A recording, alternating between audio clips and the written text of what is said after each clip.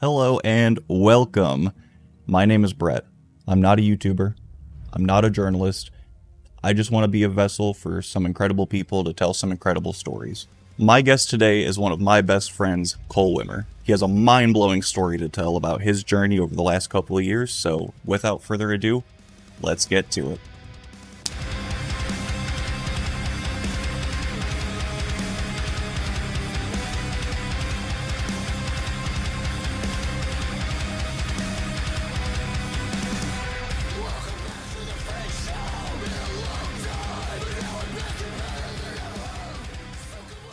What's up, buddy? What's up, my dude? I've been waiting for this for a long time. Hell yeah, you've been doing good? Yeah, I've been doing real good. Cool. Well, let's start off with an introduction. This is Cole Wimmer, UNOH graduate, family man, almost died. Almost dead. You did die. Yeah, for a minute. For a minute. A couple days. So we'll get into that here in a little bit. But I totally ripped this off from another podcast too. So everybody starts out with a gift. Oh, no, dude. Hell yeah. I was wondering, Mike, what's in the blue bag? Thank you. So you want me to open it? Yeah, go ahead. Yes. Alright, first, I see a Honda EG hatch with the exhaust coming out of the hood. Gotta have that. Got to. That's beautiful. And then, a fucking TC hoodie. I was wearing mine when I fucked up. That's the original batch of the TC hoodies too. And I know they had to cut yours off when you crashed that car, yeah. so Damn. That's cool. I figured you needed one from the original batch. Yeah, real quick, not to mess it up, but hold on. Just to make a statement here. Heyo. I gotta switch it up. Because I was like, man, at least you have a street racing hoodie. But I had to get the Honda Love. Hey, it's a nice shirt. What? Dude, that's sick. I think about this all the time. I'm like, I wore my shoes and my my shoes and my TC hoodie. That's it. Just shoes and the hoodie. No pants. No. They were real surprised when they walked up to the scene. They're like, "Oh God." Yeah, man. Wow. Might be a little big on you. That's cool. I'll grow into it, right? Yeah. So. All right. Where are you from? Where are you raised? And how did you end up here? So as a running joke, I have to say, born and raised in Ohio.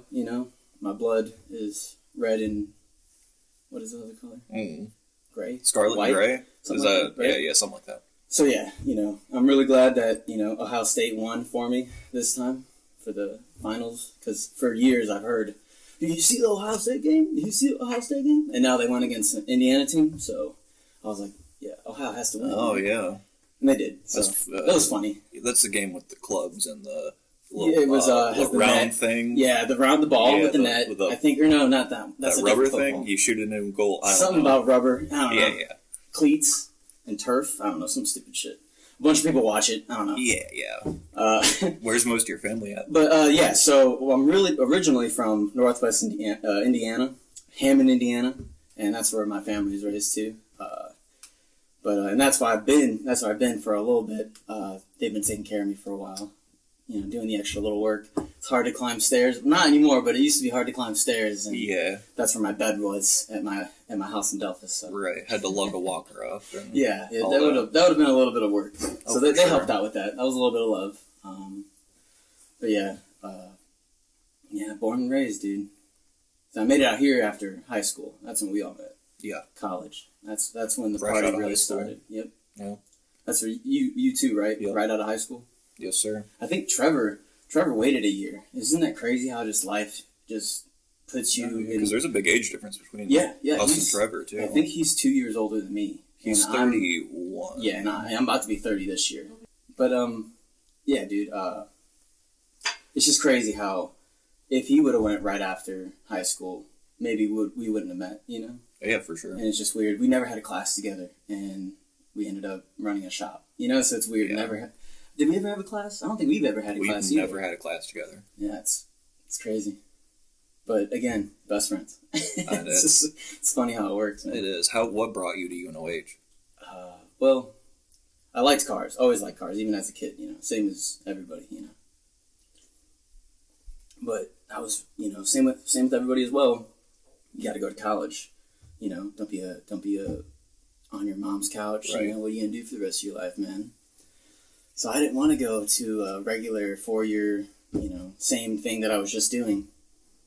And I went to the Area Career Center. It's kind of like Votech for like Vantage out here, Right, okay. And it kind of just opened my eyes into, you don't have to go to a desk job, So that was cool. And so that's kind of opened my eyes at UNOH. And I'm like, well, if I have to go to college, let's go to a cool college. And so, that's why I ended up here. Did that start with a field trip? Did you guys take a field trip out here? Well, yeah, technically, but it started with, they came to my school, and they were like, hey, you guys want to do cool shit? Look at this. And I was like, there's no way it's that cool, And then, so me and my buddy, Tommy, we went to a open house and saw, like, it's legit. They weren't lying on the commercials, So it's cool. So I'm like, yeah, we have to go. We have to do this. Yeah, that's wild. Ours started with a field trip, too. Yeah. Or not two, but it started with a field trip. Out of the blue, right? So no representative or anything came down or anything. It was just a teacher explaining. 'Cause I went to a dumb people school, too. So anything to get out of the dumb people school, I was like, hell yeah, let's do it. I feel that. They're like, we're going to this tech school. It's in Ohio. It's going to be a whole day trip. And I was like, I get to skip out on class for an entire day There you go. and make a road trip. And I was just smoking cigarettes at the time, too. And they're like, we can take our own cars. We can smoke cigarettes. And I'm like, this is awesome. Count me in, dude. So, I mean, it was, the field trip of the school was wild. But it kind of sounds like it kind of sparked the same thing, too. Yes. It was, like, real. You would expect, like UT, like all the other ones, UTI, Biotech. I went and looked at all those too. Lincoln Tech, no hate on any of them, but it's like I went there and it was like, hey, we got you at the commercial. Now here you go. Yeah. And I'm like, dude, this is stupid.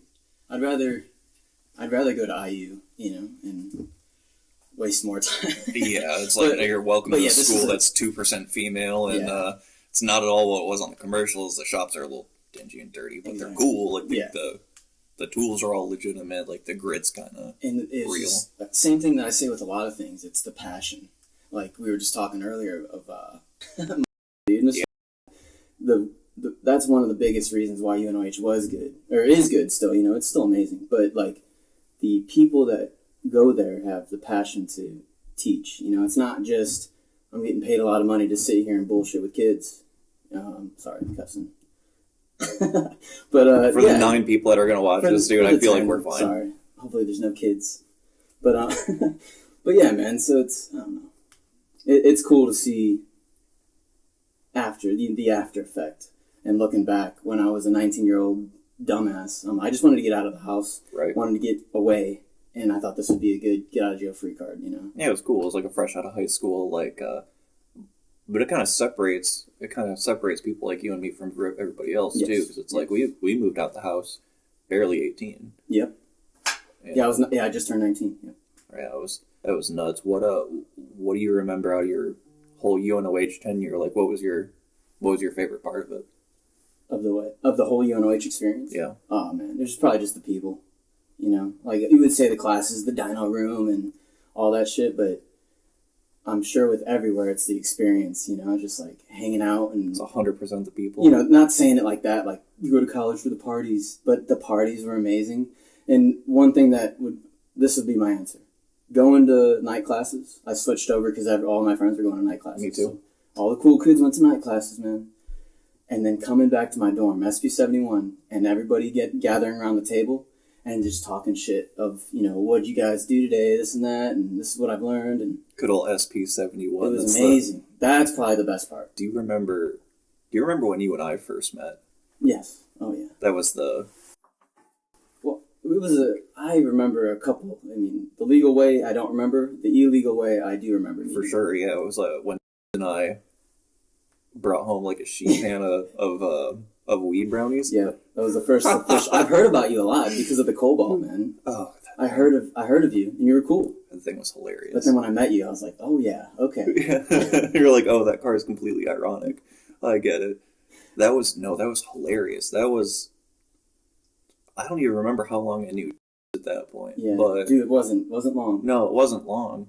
And wasn't it you were like 8th of one, And then you're like, oh, nah, dude. nah. So I texted and I was like, hey, my buddy's making these edible brownies. It was DSM. I'm going to call him out. I don't even know if he had a DSM. I actually know if his name was to be fair. I don't know his last name or anything, but cool dude. He was a cool dude. That's the UNOH experience, Yeah. too, for sure. Yeah. It's like, I've known this guy for 5 minutes. He's cool as hell. This is my best friend. We picked up these brownies. It was just like a little sheet pan, a little like Pyrex thing. Right. Got back to old SP71, and I both ate like I think just like a square, like a piece of the brownie or whatever.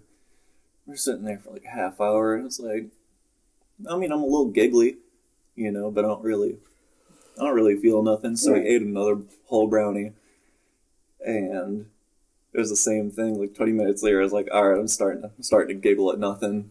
Let's have another half. So we split a piece, and then I remember melting into the lawn chair, like oozing into it like a puddle on the back patio at SP71 for. We were there for like 5 hours. I was going to say a few hours. Yeah, we were there for like 5-6 hours, and I'm just sitting. I don't remember most of it, but I remember sitting there floating it, and it was just a regular lawn chair, so I'm sitting there, and I feel like I'm on a cloud. I'm on an absolute cloud. Then I yacked all over your bathroom. I don't remember that part. Yeah. But thanks, sir. I did that, yeah, but it was cool. clean. You know, I didn't make a mess or nothing. It was clean. That's beautiful. Oh, man. But yeah, man, I remember being, I don't ever like saying I ever see envy, or, you know, feel envy, but I was like, man, those dudes are gone. Like, both you and are just sitting there like. Didn't say a word. Yeah, just whoa, whoa, whoa. Who else was living there? It was Tyler. I don't think Chase was there yet. Tyler was there. Tyler, you remember him? Shout out Tyler. Did he have a Volkswagen? Volkswagen is held. Yeah, I do. Dude, I'm telling you, Chubbs and Tyler and Hendy, bro, they just they're in the Volkswagen. Was that all by chance? Did y'all know each other before you moved in, or? No, I didn't know any of them. But the thing was, like, it was funny that 3-4 of them out of the 6 liked Volkswagen, so that was like the cool thing. Right. So then even Chase, you know, Chase wanted to be cool, but you know, everybody knows about Volkswagen, so get a Volkswagen. So then Chase got into it too. Yeah, you had that Mark IV. Yeah. Yep. It was a cool little Rabbit, right? Was it the Rabbit? Oh, you know was what? Was it a 2-door, right? Yeah, you might be right. I think so. Those Rabbits are sick. They sound like mini V10s. It's pretty cool. I think it had the 2.0. Oh, it was probably just a Golf then. Maybe. I don't know. Either way. Yeah. Either way. The car scene's gotten wild. Yeah, since, 100%. Like, since the poverty scene, right? When we first moved here, like it was Lima Auto scene was the initial kind of thing when we got here, right? Yeah, it's cool seeing it blow up because talking about like the Lima Auto scene and stuff. Excite, man. It's crazy. Now 2 years ago when I first joined it, it was like 200 people, you know, in this group, and I'm like, okay, cool. Gage and Preston want me to join. Like, that's what's up. And then now it's like 3,000 or something like that. Right. And I'm like, that's amazing of all these people coming together. Dude, the growth was nuts. Just for one thing. And that's why I always make fun of it with football. You know, all these people come to this one spot to watch a ball go over a line. Like, but that's a beautiful here we are thing. Doing the same thing. Yeah, who goes over the line first? Yeah. It's amazing. It's like we can talk the most shit and then actually kind of... My thing is I love both sides of it. I'll talk shit about football and talk shit about, you know, NHRA as well. Yeah. But it's the people that are like, I don't know why you like watching them race cars. And all they do is turn left. And I'm like, yeah, but all you do is run a ball across the line. Dude, you know, I don't even turn left. I just go in a straight line. Yeah, for NHRA, yes. NASCAR, you know. But yeah, so I just love tickling both sides of it. Just people and humans are crazy and they're weird, and I love it. You know, it's where I find a lot of my friends is in the weirdest motherfuckers, dude. For sure. You know, excuse my language. And it's just kind of the shared interest, and it's how it all comes together. What do you think the biggest difference between like the car scene then and the car scene now is? Car scene then, as in like 10 years ago or 20 years ago? Oh, just when we first moved. We first moved about here. Over 10 years now. I don't know. I remember when I first moved here. Maybe it was because I came from like middle of nowhere city or middle of city, Right. And this was kind of the middle of nowhere, and a lot of people that came here were into the diesel farm side, you know. So when I first got here, it was big truck country, son. You know, like, if you had a Cummins and if you had a F-350, fucking hell yeah, brother. I didn't know shit about diesel stuff when I moved here. I know nothing about diesel. I was like, okay, yeah, cool. So, but now it's even like back home, I would go back in, this is home, but back in Northwest Indiana, I'd go and I'd see these big trucks just pulling around. But now I don't see them anymore. Every time I see them, I like, you know, stick my hand out the window, be like, yeah, we got the same thing. I'm a diesel too. And I'll, like, you know, put it in neutral, rev it up a little bit. Did you do diesel at UNOH? No, I didn't. Why do I feel like you did diesel? Trevor did everything. So that's probably why. Yeah. And I wanted to do the bachelor's. That's what I should have done extra. And then now, I mean, if I go back now, I'm doing everything too. Like, Trevor has it right, man. It's so amazing just to learn all that stuff. Because it just, I know you know, but it just interferes with each other, you know, it involves each other. You know? For sure. Because, like, the high performance side of it, like Hypo was focused on circle track stuff. Yeah. Quite obviously. Like, they made that apparent. Like, it was... Hypo SNS was...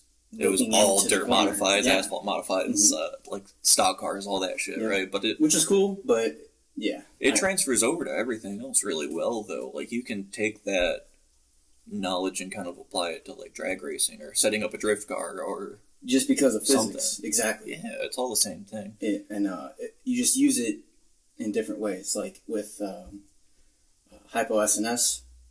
You're going, and it's so crazy. I remember having this, and I have it on my Instagram. Like a math equation and like what we weight, you know, on the weights, on the four corners, doing all this to, you know, your car so well and you know how fast you're going to be going at that angle of a turn, at that, you know, whatever degree, you know how it's going to act before you even take the turn. So you know where to get your suspension set up to a certain, you know, like a general area. And that's just amazing to me. Like, when I first learned that, I was like, so you're telling me just it doesn't matter. It's like, you know that 2 + 2 is 4, you know? So that's what this is going to be. Yeah. So what I'm getting at is that's with the NHRA. It's just opposite. Instead of going at 100 miles and then, you know, stopping, you're not stopping, but slowing down to get the corner for the suspension to react, you're reacting the suspension to get you to go 100 mile an hour. So it's like you're saying, it's the same. Yeah. Just a little different. Yeah, you can kind of take it and apply it across the board. Yeah, it's amazing, dude. Oh, I don't remember. The initial car scene, right? So, yes. Now it's more of, like, modified, you know, like, I want to say Honda, but it's more than just Honda. But that's what I see more now is, in bikes. I see a lot more bikes now. There's a lot more bikes now. Yeah, when was the last time you saw a big lifted truck rolling coal down, you know, cable? Oh, dude, it's been years. Yeah, that kind of died out. Right? Didn't it? But that's what it was, man. If you were cool, you had a big truck. Yeah. You know? Yeah, you could blow as much black smoke as you want. People were like, hell yeah, brother, that's fucking sick. Exactly. Hell yeah, bro. I remember that because CP and NP going into the rest of campus was open. Yeah. So, like, that was the only way to get through campus. That was before that new road where it kind of goes straight around into the rest of campus. But, like, you had to drive through there to get anywhere. So, like, dude, whatever was 3:30 when class rolls out, dude, you sit on lawn chairs and crack all you do. Soda, and you're like, oh, watch the show. Watch the show. Yeah, that was cool. Isn't that beautiful? What was your first Lima auto scene, me? Do you remember? No. I mean, I'm sure I didn't know what I was looking at, you know? Yeah. I'm sure it was pretty cool. The one I do remember, maybe it wasn't Lima Auto Scene, but it was one of the classic old ones, and it was in the mall. Oh, yeah, they still have those, I'm pretty sure. 100%. They might do those at the Chevy dealership. Yeah. I remember going there, too. That was another one of the first ones, but I was never into the... Dude, again, it was a shot in the dark for me to be here. If you would have asked me, what are you going to do in 10 years, you know, after you, or 3 years even, 5 years after you graduate? Oh, it wouldn't have been this. No way. I was just trying to move forward, one step more forward, you know? But so, like, that's what I'm getting intended. At. No. But that's what I'm getting at is, like, even if I did go to the fucking scenes, you know, like the the lowered Hondas and, you know, the cool fucking... Yeah. I had no idea what I would be looking at, you know. The only reason why I like the old school cars is that's what I kind of grew up on is, you know, carbureted fucking Chevy fucking built, you know. 350, turbo 350 trans, double pumper, 4-barrel, fucking... Hell yeah. That was it, yeah. Hell yeah, brother. Dude, the Lima auto scene was crazy, though, at first. Yeah, what was your... Like, tell me about it, 'cause I don't remember. Dude, it was crazy. So, it was at the movie theater. It was at the... Yes. What is that, an AMC?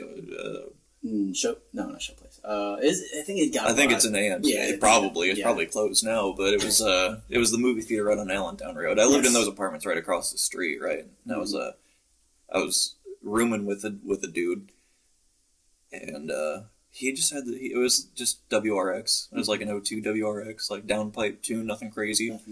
And we start seeing cars pile into this place, and I don't have anyone's number. Like, I'm not on the Facebook group, and there's just a lot of cars pulling in. And I was like, Mike, let's go, dude. And we pull over there, and there's probably 100, 130, 140 cars there. It was big. It filled up that whole side lot. I was going to say, it's a decent lot, too. Yeah. And that was like, I mean, that was kind of, I almost don't even want to say it. It was like almost kind of poverty spec, like race car kind of stuff. Mm-hmm. Like, there were a couple locals here and there, but it was mostly the UNOH kids. Mm-hmm. And like, we didn't fucking have money. Nobody had money, right? There were some kids that were more well off than others, but it was like the people that were about to graduate or the people that had been there for a while, they're working, you know, whatever. Yeah. I think, like, the fastest car there was probably... Do you remember that silver Audi? That wagon? I used to drive around. It was like a mid 400 horsepower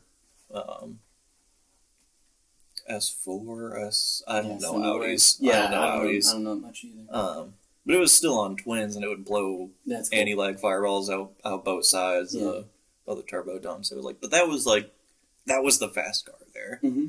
Which is a far stretch from it is now. Yes. And I think just with 10 years in general, not just our 10 years, but the technology is so easy to get. Oh, yeah. If you're not making 800, 700 horsepower. Dude, I was like, dude, that shit's slow. Dude, yeah. That sucks. Dude, if you're not making $1,000, you're slow. Yeah, for sure. Literally, you're on the street. If you're not making 1,000 horsepower, you're slow. Yeah. And then even if you are making 1,000, like, it's how you put that to the ground, you know? So it just... And then you get Vipers, like 2,200 horsepower Viper. Oh, yeah. I'm glad that hasn't made it into our fucking small town stuff yet, dude. I'm like, I'm not even going to try. It'd be amazing to see it and to talk to them. Because that's what it comes to, man. It's like, again, I love perfection, like the obsession of it. Of like, you know, you can go one way or the other way. Oh, it can work better this way. Okay, go here. And then it's like, you know, it's the glasses, the eye doctor. 1 or 2. Oh, yeah, like the Pythagorean theorem and shit, right? And then they go, and then you're like, okay, 1. And then you're like, okay, 1 or 3. Right. And then you know, so that's like how I think about tuning, is like you can set up all these different things, but like, what's the 20/20 vision? You know, like what? Yeah. And it's very... Straight up trial and error. Dude, it's very hard to find that. And that's where you get the 2,200 horsepower Viper that has, you know, 0 losses, and it just goes down the highway at 200 mile an hour, and it's built perfect. Got that big fucking wing on the back, too. That's like it helps. It's like a big old airplane going down the road, except it don't take off. Just it's the opposite way. It's pushing it down. Right? Yeah, that's why, like, when we started doing Honda stuff, it was totally backwards. Yes. Like, we're taking something that just, all it does is spin. And it's like, how do we make it go quicker? Exactly. What got you into the Honda stuff? The fastest and first thing that comes to mind is Trevor. He's the one that really opened my eyes to Honda. Oh, yeah. But from the beginning, when me and my dude Mitch, back in Hammond, he got a Honda for his first car, and it was cool as hell. And he had the V6, and we were like, dude, you need to have the 4-cylinder, man, and this and that. Now I'm like, bro, you had the J series the whole time? I was like, what? We were dumb thinking, you wanted the that's not what you get with the J series. So it's just funny, but we liked Hondas all back then. We would look at the 1320 videos way back in the day. Yep. But Honda killing Lambos. Yes, and so that's what I always liked, the power to weight. I'll say that to everybody when we're drunk having a conversation. Right. It's like, I like the, you only have 500 horsepower, dude? I'm like, yeah, but it weighs 1,000 pounds. It's like those trendy like Instagram videos you see where it's like it only has 400 horsepower, and then he rolls up and like touches the rim and then just rolls it with 2 fingers, and it's one of those. So that's what I love. And then Trevor kind of just opened my eyes to that. He was like, which I'll let him tell you all of his stories, but it's hilarious how many times he's messed up, you know. I mean, us too. You're talking to him, you know what I'm saying? But like it's incredible of how much you learn by doing that. Right. And so the 10 years before I met Trevor, he's telling me all these stories and all this stuff, and I'm like, you? I'm like, Trevor Sheehan? No way, you would never, you know, you're too smart, you're crazy. But it's like, you gotta go through that shit, man. Yeah, like, yeah. It's cool. It's straight up trial and error. Like, if you don't fuck up a couple of things along the way, like, it's not gonna... You have to. Yeah. You can't just get shit handed to you like the tuning gods or the... Exactly. You know, whatever. Can't just hand it to you. There's a line, I promise. There's a line. There's a line. I remember... It was actually that meet I was just telling you about, right? So we had probably 40 cars, Jesus Christ, rolling out to race on, I guess I won't, the statute of limitations is probably up on that, so we were rolling out to US 30. Nice. And, again, probably 30, 40 cars deep, like a lot of the fast cars, a lot of slower cars, too. Like, we were probably in the lower echelon of that, right, with that WRX, but I was telling Tim this right before you got here, actually. So we were telling that same story twice in a day, right, but, we're on the highway, we can't really, like, hang with a lot of the fast cars, like the higher horsepower V8 cars. I think there was a GTR out there, which was nuts. Jesus. Like a ZL1 Camaro, but we pull up next to this red Integra. It's a clean car. Yeah. You know, it's a good-looking car, but before that I was like, your typical, like, Facebook commenter, like, oh, it's just a fucking Honda, this thing's gonna suck. Yeah. Like, it's you can be as fast as you want, bud, but still Honda. And we roll up to it. I got my phone out. I wish I still had this footage. But the guy dumps the window. It's the driver, passenger, 3 of his boys are in the back of the car. All have their phones out, and I look at dude, and I'm like, buddy, we're about to get smoked. Yeah. We're about to get wrecked. And I think that car started in second. He downshifted a couple times. We weren't going super fast to start, maybe 40. Yeah. It was a 40 roll, something like that, 50 roll. And I'll just put it out there, like, Mike was a great driver. That was the only thing that made that WRX fast. Like, that was the original driver mod, right? But this Integra just starts brake boosting. I was like, oh shit, here we go. Brake boosts, and then takes off, spins through second, or whatever gear he started. Right. Wop, bop, bop, bop. 5 cars ahead of us. Oh my god, spinning. And I'm like, you gotta be... He's got 5 of his dudes in the car, too. You gotta be joking. But that's kind of where that started. Yeah, dude, I can definitely... Yeah, I know.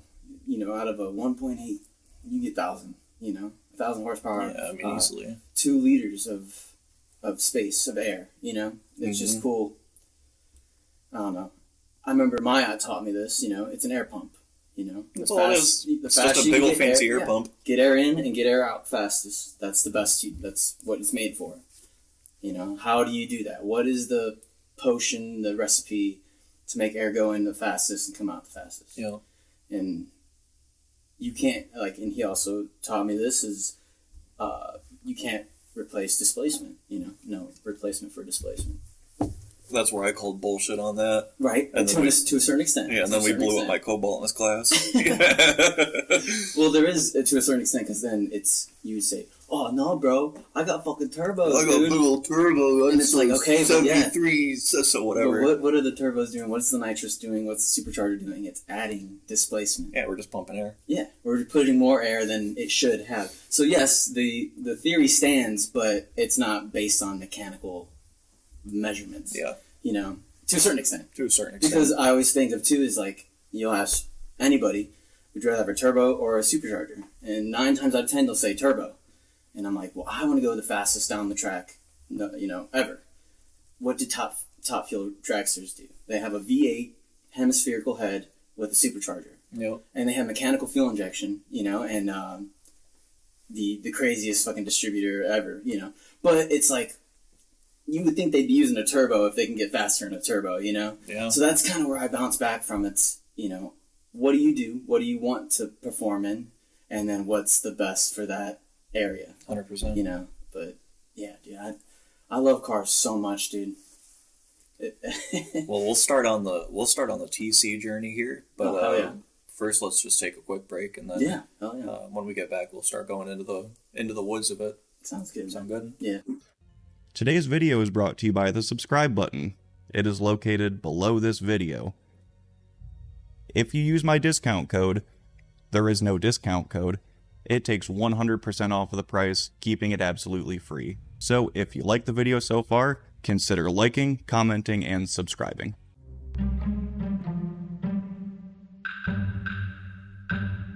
TC Performance. Yes. How did that become a thing? How did that start? That's a good story. So Trevor actually had this place before anybody, had an idea about it. And he got it from Dino. Shout out Dino. He had it from him, and Josh too. And they had it kind of as a storage unit, more than a shop. It was, that's your spot over there. So you pile all your shit and work on it. Yep. I remember that. Yeah. It was a cool spot. This is amazing. When I first saw it, I was like, oh, what the fuck? Well, I guess Dino was trying to get out of it and asked Trevor about it. So I gave it to Trev. So then I needed a place to put my my Chevy, the old coupe. I needed a place to put it, and I was going to build it. And when it was done, I was going to drive it home. And that was it, drive it back to Northwest Indiana. So I got it here, and it not almost done. I don't even want to say that. It was almost done, and I was up with Trevor in the loft, and we were just smoking and hanging out. And he was like, "Dude, what do you want to do after this? After UNOH and all this, And I was like, "Well, man, I was getting really close with Holly Performance in Kentucky or Tennessee, I forgot. Somewhere down south. Yeah, it's one of those states, and I even got the card from the dude because he came into the high performance class. Yeah, my bad. and so he kind of opened my eyes to that, and he was like, "Do you just do a little bit of phone calls and stuff, and tech support, bullshit?" So he wanted you to be in the call center. Yeah, and then he goes, "Yeah, then after that, when you learn your stuff, you'll be building and tuning stuff and doing real Holly stuff, I guess." Right. So that's what I was telling Trevor about. I was like, "So it sounds pretty cool, maybe I can get in." And he just dropped this fucking rock on me, man. He goes, "All right, cool, man." He goes, "What about if I wanted you to stay so we can open up a shop together?" And I was like, he was like, "I really want to open a shop." And I was like, "What, dude? In Lima? Right here?" He's like, "Yeah, here." And I was like, just kind of "What are you talking about?" And he kind of broke down what we could do and what we have, And I was like, "Man, that's a really good idea, and it is capable of happening." And so I had it on the scale, the decisions. And if anybody else in my life would have asked me to do what he asked me to do, he basically was like, "Yeah, just your future." He's like, "Just throw that away for a minute, and let's do something new." And I was like, 100%, let's do this. And for whatever reason, because it was him, because you got to know Trevor. But yes, 100%. And so then that's when we kind of started the mini part of building TC, of cleaning out. Dino didn't want to be here. Oosley didn't want to be here. No one wanted to be here, but all their shit was still here, So we cleaned out everything. So the first year of TC was cleaning up and fixing shit that was broken, making it the way it is now. Yeah. But so I can break it down for 7 hours of what we all did. But so then we slowly got the lift up. We got everything cleaned out. We poured concrete behind me, a 12 by 12 square. Trevor's dad, shout out Tom. But yeah, he helped us with that, and it's just a thing of building. Same with your car, dude. Just building from the ground up, right. We didn't have money to buy a whole new lot and start our business. Well, the concrete itself couldn't have been cheap. Oh, either. 100%. No, so it's you poured every ounce of whatever you could in. Everything that we put into this. It was kind of Gary, our landlord's cool as hell for that. We kind of made a deal with him, "Hey, man, if you do 50," because we didn't own this. Well, we don't own this land, but we needed it to be fixed, and so we were like, "Yo, Gary, if you go 50-50, we'll do it," And he was like, "Yeah, cool." So that kind of helped us a lot. For sure, even 50% of that couldn't have been cheap. No way. Not, and then like, it would be expensive 25, you know, and then it depended on what it was, you know. But me and Trevor split what me, Trevor, and Gary split. You know? Right. But so it was always cool. And then so now, like, besides this past year, it just grows, you know, exponentially. Every year it just keeps on getting bigger and bigger. Oh yeah, I'm still an admin on the Facebook page for it. Yeah. And I know you guys are getting messages left and right too, and it's like, for now, TC's a one-man operation at this point. Exactly. And that's kind of, and like I have the app, you know, so I'm able to kind of talk to certain people and give input, but it's more of like, hold on, and then I have to contact someone here to like. Well, there's a lot of messages that come in that are just like tech questions. Yeah. At that point, which you kind of got to sift through. 100%. And I think it's cool that the shop actually offers that too. It's like, I'm not gonna. We just want to fix it, dude. Yeah, I just want to fix it, or it's not like, bring it in, we'll look at it, we'll charge you $200 for diag, and then we'll get into it. It's like, no, dude, it's like we'll actually help you. Yeah, best case scenario is, oh man, that's easy. That's a fuse. Your fuse is blown. You know? Make sure wires aren't crossing over. Yeah, because I mean, through building cars and shit, we've been through enough where it's like we can kind of. I don't want to say we can diagnose stuff over the phone. It's not like that, but to a certain extent, yeah. Well, because some of the stuff is easy. It's like shit we've run into before. Yeah, exactly. And again, with the Holly, that's why I wanted to go to Holly, dude, because I had 3 or 4, I can't remember the exact, I think it's like about 4 years at AutoZone. So when they told me, like, hey man, you might have to be on the phones for a little bit, I was like, you know, that's what I do every day. And so you have, my car is making weird noises, what's going on? Right. And I'm like, oh, okay, hold on, alright, what's going on, man? I got those all the time as a salesperson. Yeah, and you know, it's like, hey, bro, you know it too. You'd get the voicemails. It's like, hey, I wanted to start my car, and when I started it, it's going. Yep. And you're like, what's going on with it? Yeah. Dude, I don't know. Bring it to the shop, dude. Once it warms up, it acts all like weird and stuff. Yeah. I'm like, I don't know what you're saying, dude. I don't know what you're saying. Dude, and then so I got to the point of, from the little information, and then sometimes it's even amazing is the wife or the kids come in for the part, and you're like, is it 2 or 4 wheel drive? Here we go. Yeah, is it 2 or 4 wheel drive? And they're like, I don't know. I'm like, okay. I need windshield wipers. Okay, cool. Is it manual or automatic? I wasn't that bad, I promise. I would do it. Some guys like, all right, dude, throw his wipers down. You have to, dude. It's funny sometimes. I know you're an idiot. I need windshield wipers. I'd be like, what year, make, and model? And he'd be like, it's a damn Chevy. I don't know. I'm like, is it 2 or 4 wheel drive? And I'm like, is it 4-door? Is it a crew cab? Is it a van or a sedan or a coupe? And they're sitting there, it's just windshield wipers. Why the hell does it matter? I'm like, well, because it's, it matters. I've been here for 8 hours, and we're closing, and so I just want a little show. I'm just kidding. But it's like, man, you did this to yourself, brother. No, but so it's just funny that there are certain times where you're like, hey, man, people have came in and bought multiple of these. I think this is your problem, you know. So that just rolls out into what we do here, you know. It's like, man, over the phone, over the text message, whatever, or even right in the shop. Like, I've felt this before. I've known this before. This has happened to so and so. Right. It's so nice to have the experience. You can just use your intuition to kind of. Man. It's nice. That's a good segue into that too. So, the journey of my car, when you first got it, when it was in y'all's possession, until like where it is now, which we'll get into, but. What was that like, dude? Because you got it dropped off to you in, I don't want to say disarray, but it was. Yeah. So, I guess for context, all my car needed at the time was, God, I want to say... Was it timing?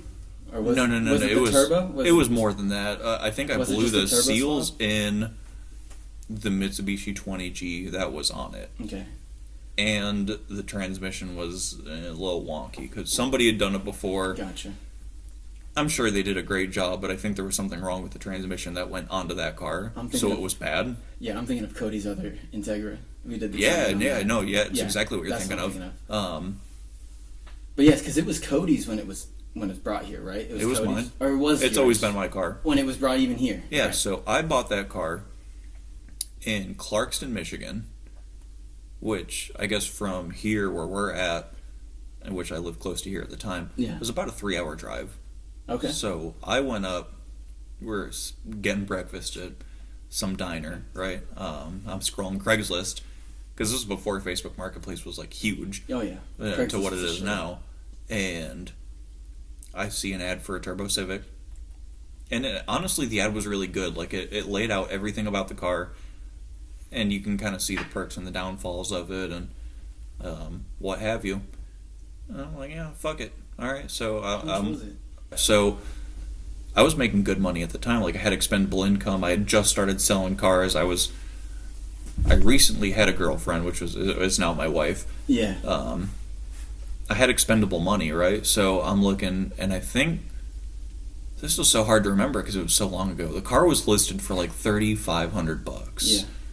And it was already had an LSV tech swap. I was gonna say, I think that's why you got it. It was already. It gravitated me towards it, right? Yes. So it was kind of pre-done, but it was not to throw shade at the dude that did it. I don't even think he built it, but it was like it was not done right in the least bit. A lot of eBay stuff, and eBay stuff now is good, but it was really half-ass eBay stuff. Yeah. So it was it looked like an exhaust, like a regular exhaust manifold that was cut and welded with like a T3 flange on it on a Mitsubishi 20G turbo, tiny little runners on it. Oh my god! Right.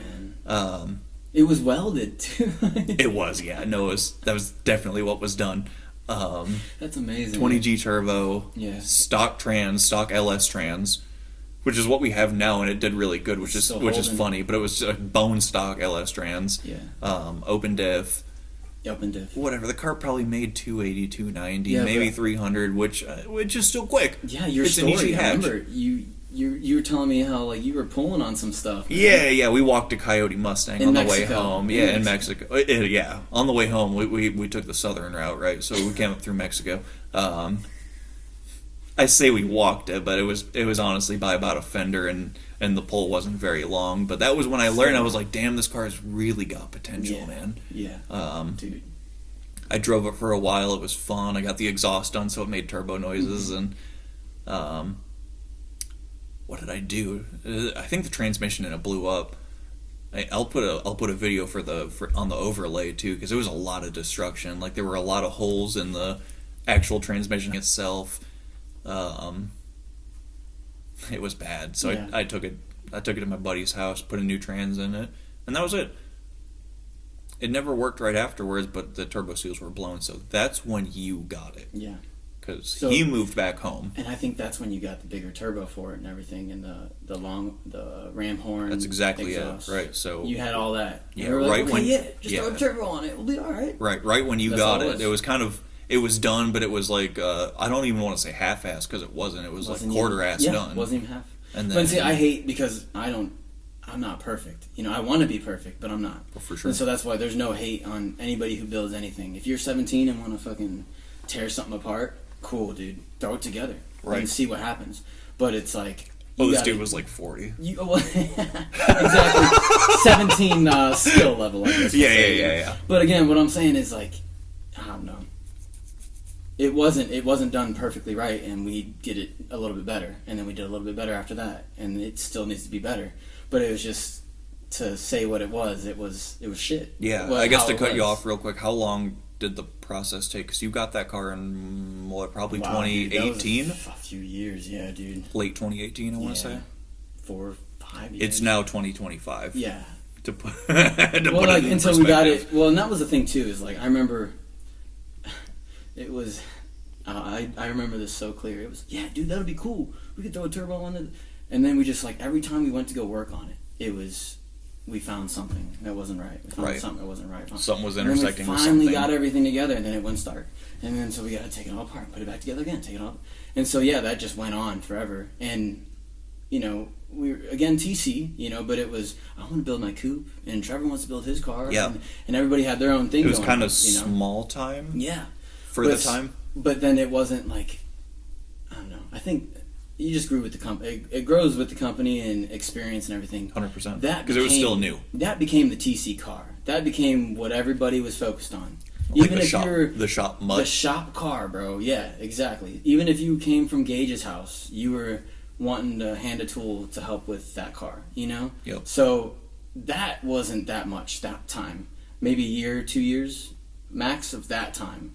But 5 years before that, dude, it wasn't really. There would have been no way. Yeah, there wasn't really a dedication to it, you know, with no disrespect. No, it was just a car that was there because you got it dropped on your lap, right? Yeah. So I guess, like, for record, I didn't know where my car was for probably 8 months, and that was actually my fault, right? Because I didn't follow up on it, right? Yeah. So the guy who did the transmission and stuff said, because he was moving back home from college, which is really far away. It's states and states and states away. Mm-hmm. I want to say 5 states away.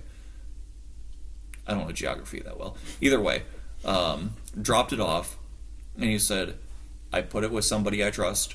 Yes. I paid their storage fee, which I don't know if that actually ever happened. Let's be real here, and said the car's good. He knows what needs to be done, and that was it. Yeah.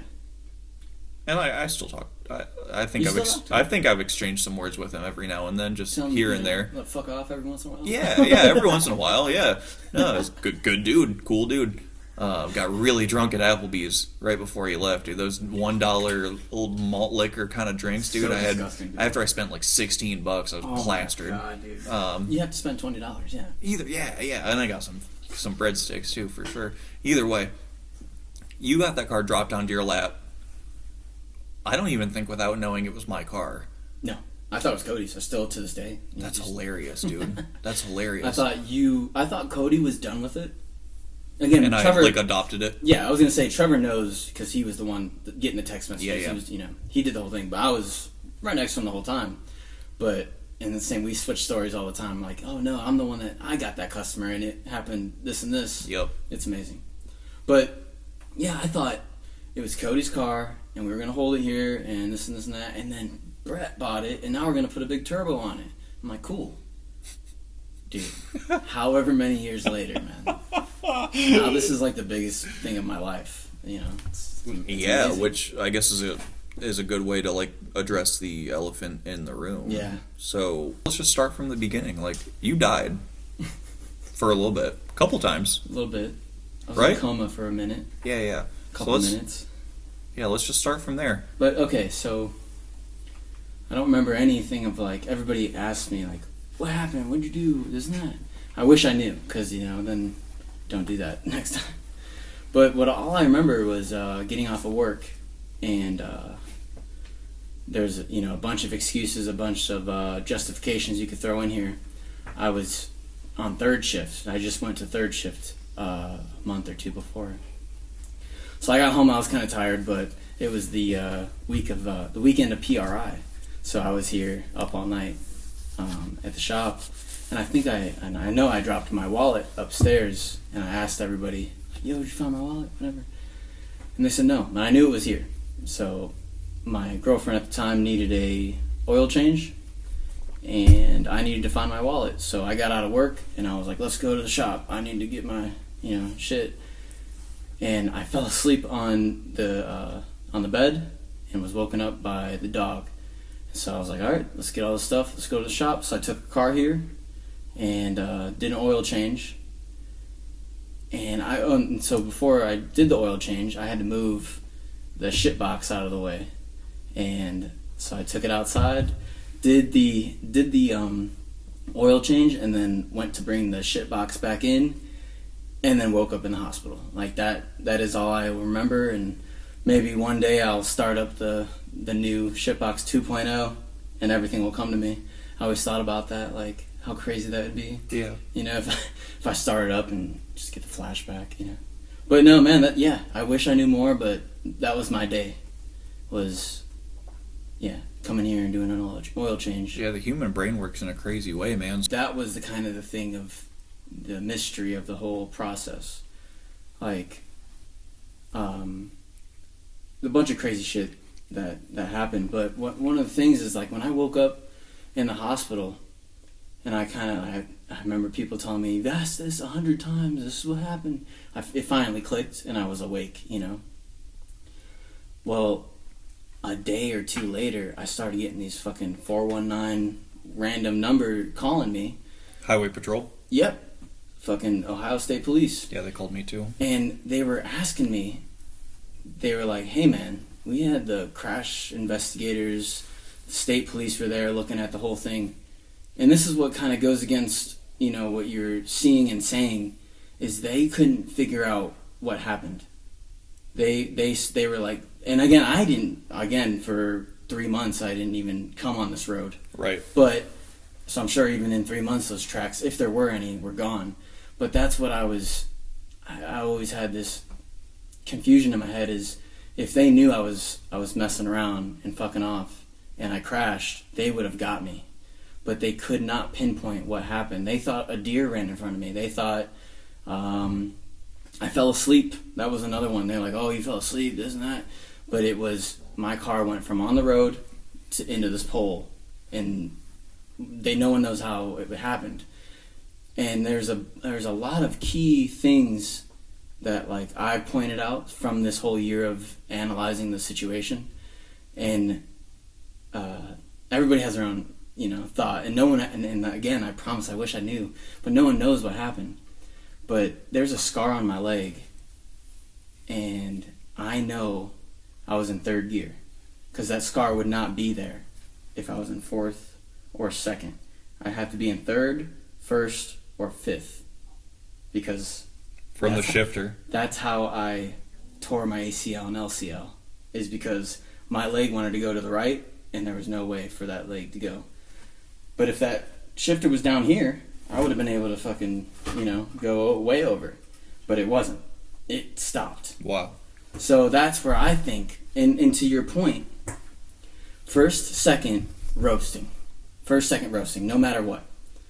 Third gear, I think I was roasting again too, because, you know, I'm not the best driver, but I know that fucking car like the back of my hand, dude. For sure.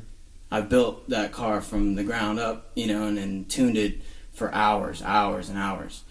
So it's weird to me to admit that I fucked up, you know, doing something like that, because I've pushed that car way further than what I would expect of 100%. You know, just pulling out and, you know, whatever. But yeah, so I think what happened was first, second, third, pull, and I think it got traction, and what, like you said, and I have no idea. Again, I have no idea. For sure. But like you said, I think it torque steered to the left. Mm. And what I did, because it might have, you know, not, it was really cold, and I think I took it around the block maybe once or twice just to warm up the tires with quotation marks.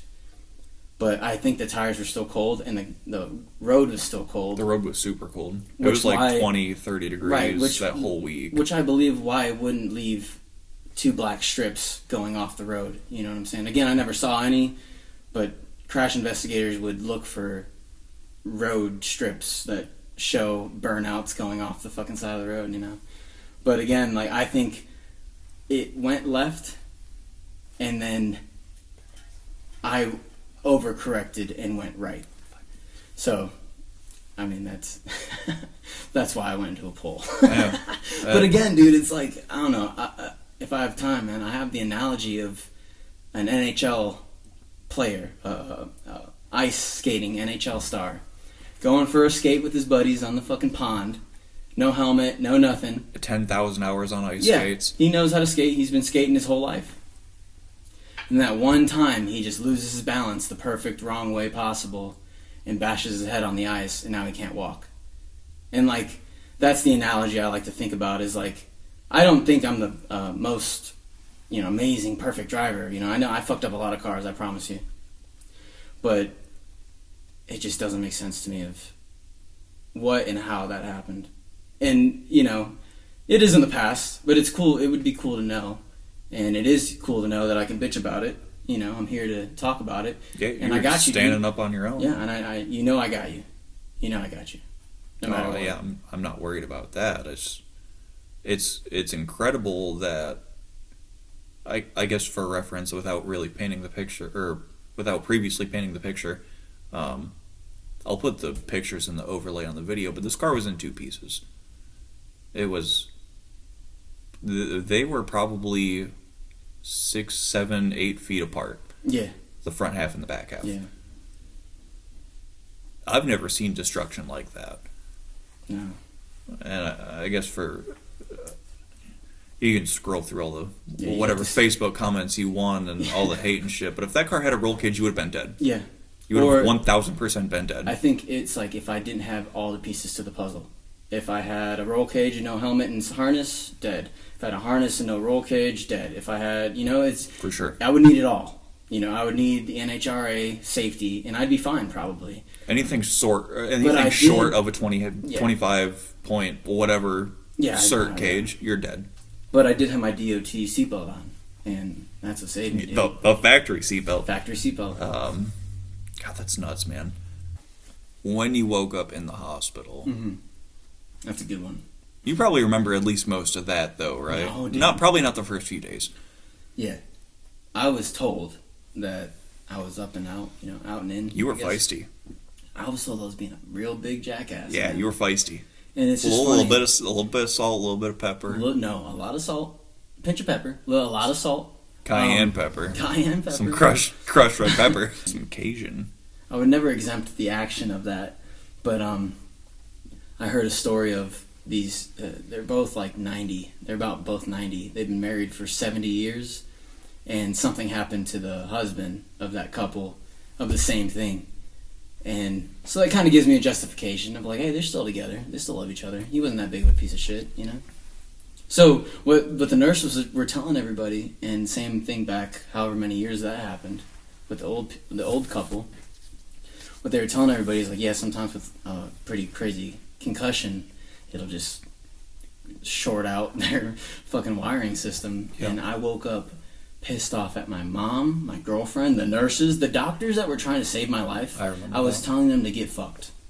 Like, you know me, a lot of people know me. I would never do that. Yeah, that's not you. If you were trying to save my life, I wouldn't tell you to get fucked, I promise. But that's what happened. And this is a little extra, little frosting on the cake.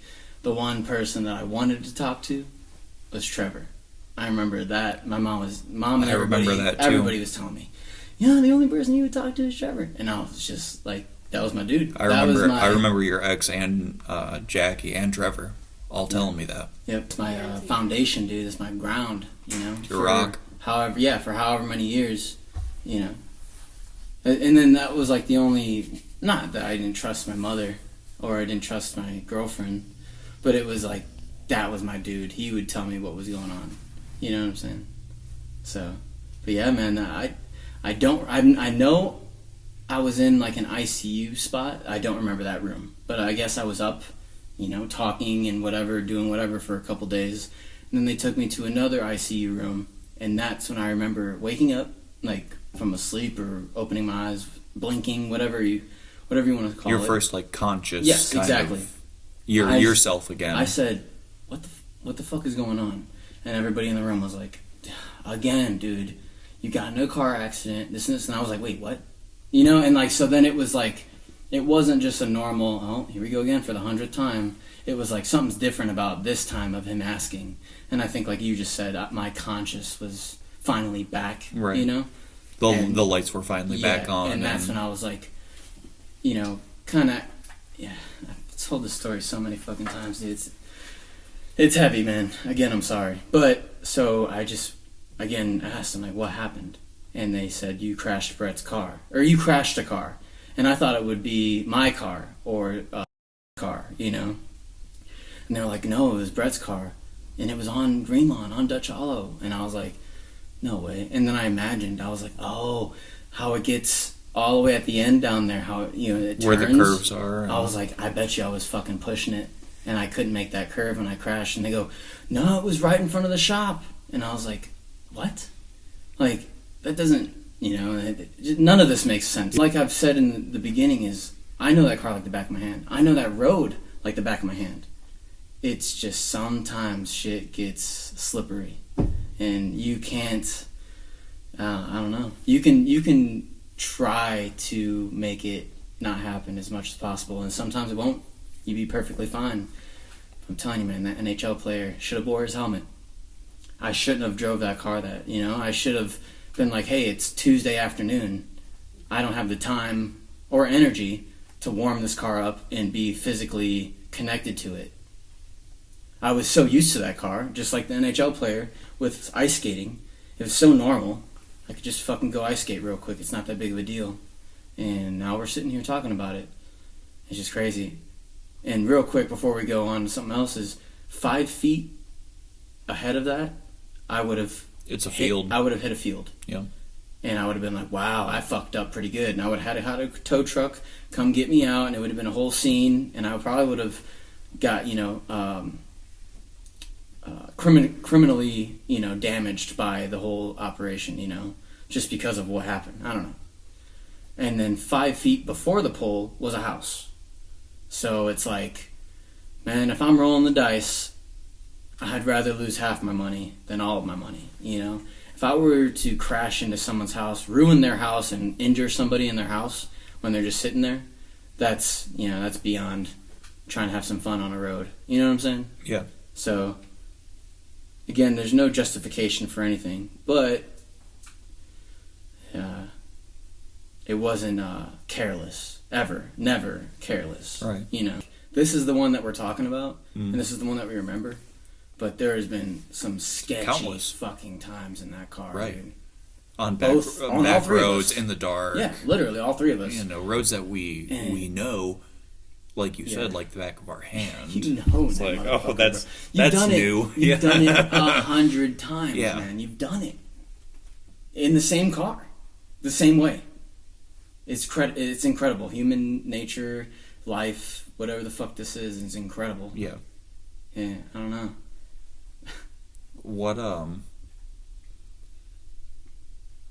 not to put it crass, what have you learned after the matter? I'll rephrase it. I totally get it. What's going to keep you going? How do you mentally recover from that? Cuz you're doing better than I ever would after something like that. I like the first question that you asked better. The first way you asked it. But I don't know, I said it already, but the purpose is to do this. And, you get a lot of people on the opposite side, but the purpose is to go fast. That's all I want to do, and so, I just want to make enough money to support myself, or if I have a family, whatever bullshit, and then go fast. It doesn't have to be for $1 million company. It doesn't have to be for Honda or Speed Factory. I just want to hang out with my buddies, cook on the grill, and go fast every once in a while. So, yeah, man, I don't know. What was the question you were asking? My bad. I went on a little rant. I guess how do you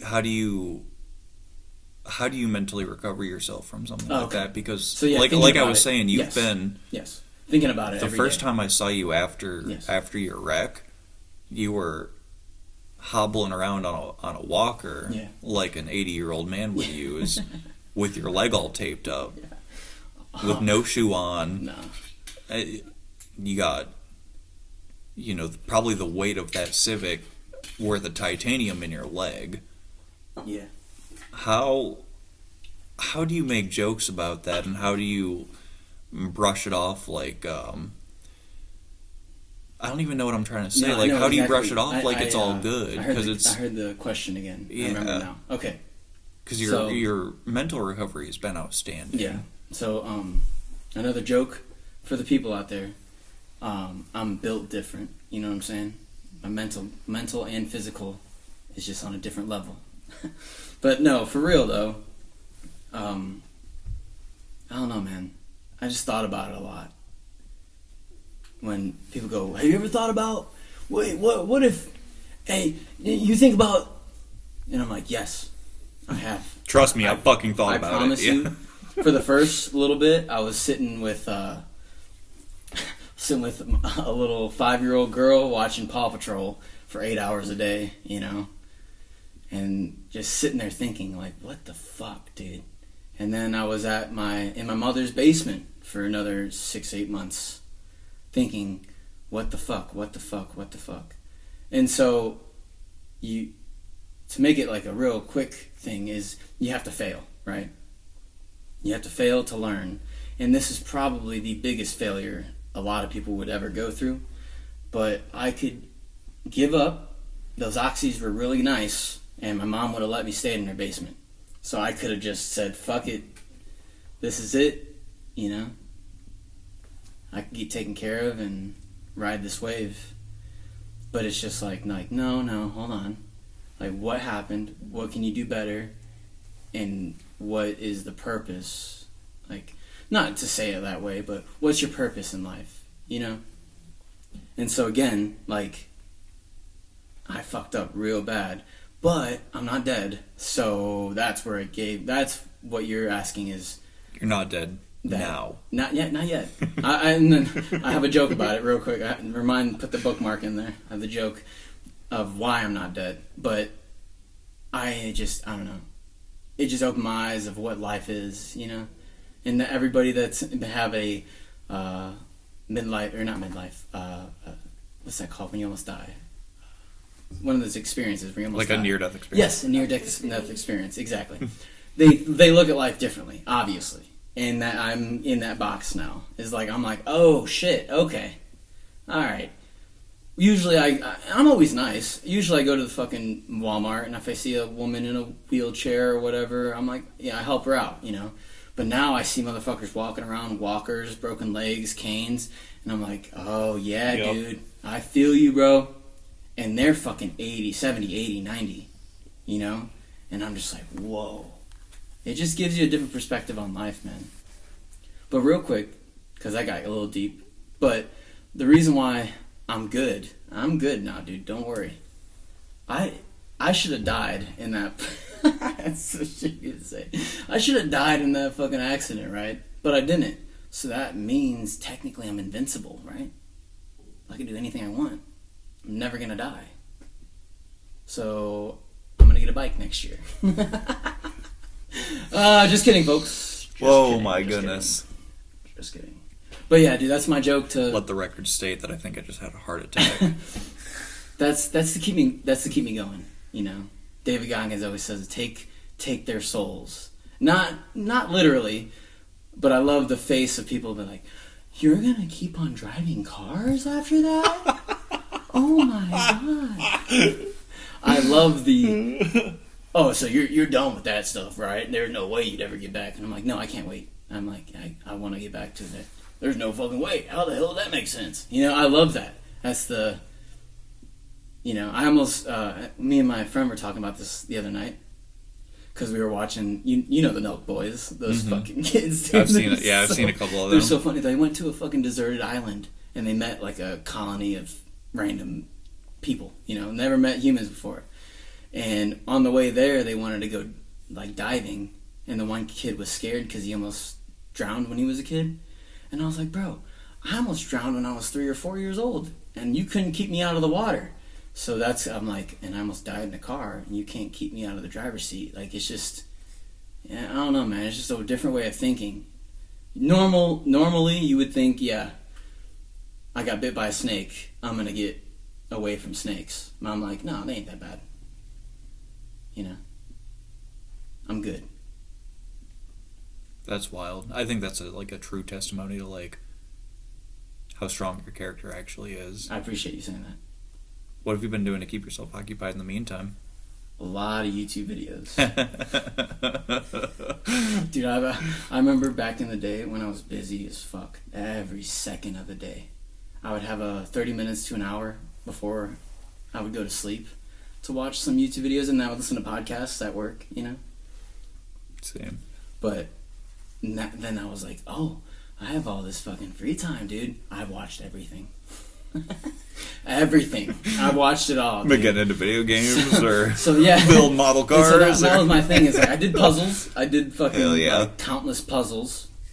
And my thing is streaming. I like the fucking streaming guys because they have character and they get to do the work that I don't want to do. Yeah. It's like watching someone build a car, you know. Right. And I can't do that because I'm like, then after the video's over, I'm sitting there like, Itching. I want to fucking do that, you know. I'm like, I'm all right. So I can't watch car shit. I'll watch when I'm drinking. I'll like show my family some street racing videos. I'm like, yeah, you see, okay. So now think about that, you know. I try to make it, but when I'm sitting there by myself, I can't watch 1320 videos. I can't see Cletus. I can't Boosted Boys. I can't watch it, dude. It freaks me out. I want to go. So. It freaks you out because of the anticipation of getting back into it. I want to do it so bad. But you can't because you're sitting there and you don't have any legs. You know. That's insane. What? Let's backtrack a little bit. What were your injuries? So a tibial fracture. There's a certain word for it that I get obsessed about all this shit. There's a certain word, we could put it in there, but. There's like a fracture where it cracks. There's a fracture where it lifts up or where it splits, and there's a fracture where it totally is. Yeah, like a space. A compound fracture. It's something. It's more than that. Yeah, it's called a specific. I can look it up. Okay. I should know this word, but I don't. But that means that there's at least however many inches or millimeters, whatever they measure by, gone. Wow. There's space between. It's not just In which leg? My left leg, my left tibia is gone, and then my fibula was cracked as well. But I learned, and again, I get obsessed over things in my life. Yeah. Anatomy is pretty crazy, dude. Right, dude. Biology and anatomy is nuts. So I learned from shout out Dr. Nash, OSU, OH. IO. Yeah, there you go. Let's go. But so he was fucking Scarlett and Gray, bud. You know how I'm talking about, brother. He was just telling me, he's giving layman's terms of what everything was going on, and it's just beautiful to have, to have that, I guess, So, there's a reason why everybody that gets hurt in the state of Ohio real bad goes to OSU. Yeah. I mean. Yeah. So I had a lot of surgeries, and again, like I was gonna say, I had 15 surgeries in under a year. On the one, technically on both legs, but on the one leg, it was for the one leg. I had a bunch of surgeries at the beginning of the year of 2024. I had a bunch of surgeries, but no one knew the issue until after the fact. My skin wasn't healing correctly, so they put 5 fucking rods through my leg, and then they were saying, "Oh, it's because of the rod and the antibiotic spacer. We're gonna do an external asphyxiator." And so then I had that on for a couple months. So like from December until June, I was in surgeries in and out, but there was an open wound. There was an open wound still on my leg, and Dr. Heyman at the OIO in Lima, he's a dog. He's cool, and he's the same thing as passion is my main word of this whole thing. Is passion. He knew that he what I needed. He knew what I needed, so he told me. He said, "Hey man, this shit ain't working." He goes, "I checked your insurance. You have good enough insurance to go to OSU. You need a skin flap because your shit's not healing right. I can do it." He told me, he goes, "I can do it." But he goes, "They have better technology there, and they can get you right." It's like a whole graft for your skin. It's like a skin graft, but it's like more new in depth. Skin. More in depth. So I'll get into that too. But so basically what I'm trying to say is that's like me being here, tuning your car. And I'm like, yeah, man, I can street tune that motherfucker real good. But since you have the money, you should take it to UNOH because they have a dyno and they can tune it. We can still tune it there, and we can tune it really well on an endless road. So it's not like I couldn't tune your car. It's not like he could not do the skin flap. But he, same as me and Trevor, he knew the capability and the technology presented. So it was very, very character oriented of him. Super very humble, very humble. Because he was a dog, dude. He reminded me of Trevor. He'd sit there after the first 3 or 4 didn't work. He's sitting there going, "Fuck, what the fuck?" And then just after the last one, he goes, "Dude, this is what you need." And I can do it. He said, "I can do this, but you have good insurance, so go to OSU." And that's why I'm a Buckeye now. But yeah, dude. So they got me there. They took skin, muscle, fat, nerves, and blood vessels from my upper thigh of my right leg and transferred that to my calf of my left leg to finally heal up the spot that wasn't healing. So then the orthopedic surgeon, Dr. Collins, she went in and put the fucking rod and everything in, and everything was straight to let that skin flap heal. Then they said, alright bro, we're gonna get you walking good now. I couldn't walk. I had the walker still, you know. They go, we're gonna get you good now. Couldn't bend your leg or anything. Okay. Yeah, it was fucked. It was pretty fucked. I was able to get around, but again, that's why I went to Indiana, is because I couldn't get up the stairs without getting on my ass and having to, you know, scoot up I wouldn't be able to carry a plate of food up there, you know. But, so yeah, they told me, they're like, you want to get back to normal, this is what we have to do. It's called a fibula transplant bone flap. And man, that sounds like I should that. censor that. Yeah, I might have butchered that. Dr. Nash hit me up. I butchered it. But so they take my fibula on my left leg was broken and cracked. But they told me, they go, we don't worry about that fibula. That's not weight bearing. Tibia is weight bearing. That's the shin. Fuck that big bone. That the little bone is the fibula, and the tibia is the one that holds all the weight. Right. So we ain't worried about that goddamn fibula. That fibular. So then they go. It just holds. It holds the muscle. It balances a little key factor in there. It just holds everything straight. They go, you don't need that shit to walk. So what they said, they go, we're gonna take your fibula on your left leg. We're gonna cut out that 2-3 inches.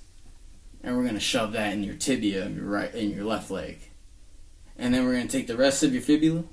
We're going to grind that up, and we're going to put it into like a glue, a paste. And we're just going to fill that rest of the fucking cracks up with that. Oh my goodness. So, yeah. So I do have metal in my left leg, but I have my fibula from my right leg in my left leg for support. And I can walk. I walked 2 days after my surgery. I walked. So I'm already lost. Your left leg was the one that was the most fucked up. Yes. But your right leg... saved it. That's insane. Saved the day. They took my skin, fat, muscle, nerves, and blood vessels from my thigh. And then they took my bone from my calf to fix my left leg. That's nuts, dude. That's so nuts. stupid. But again, I'm just sitting there, and I'm like, wait, what? What are you doing, dude? You're putting what in what? You're putting what in who?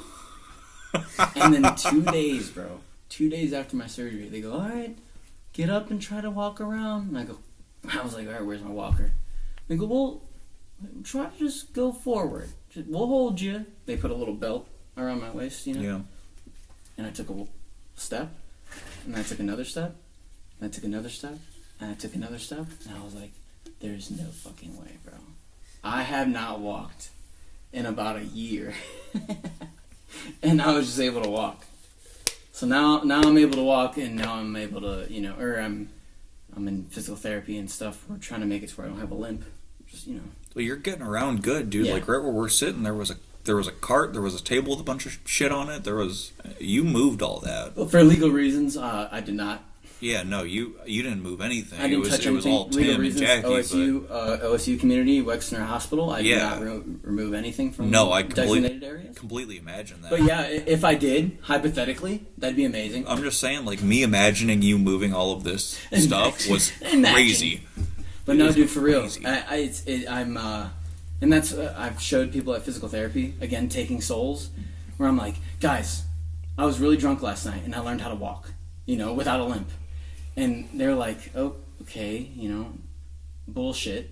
You go ahead, do what you... And I walked normal, and he goes, holy fuck. He goes, get on the treadmill. And that was the first time I was able to do a half mile on the treadmill at PT, you know? And then they had this little obstacle course with like balls and boxes and foam pads that I had to walk on.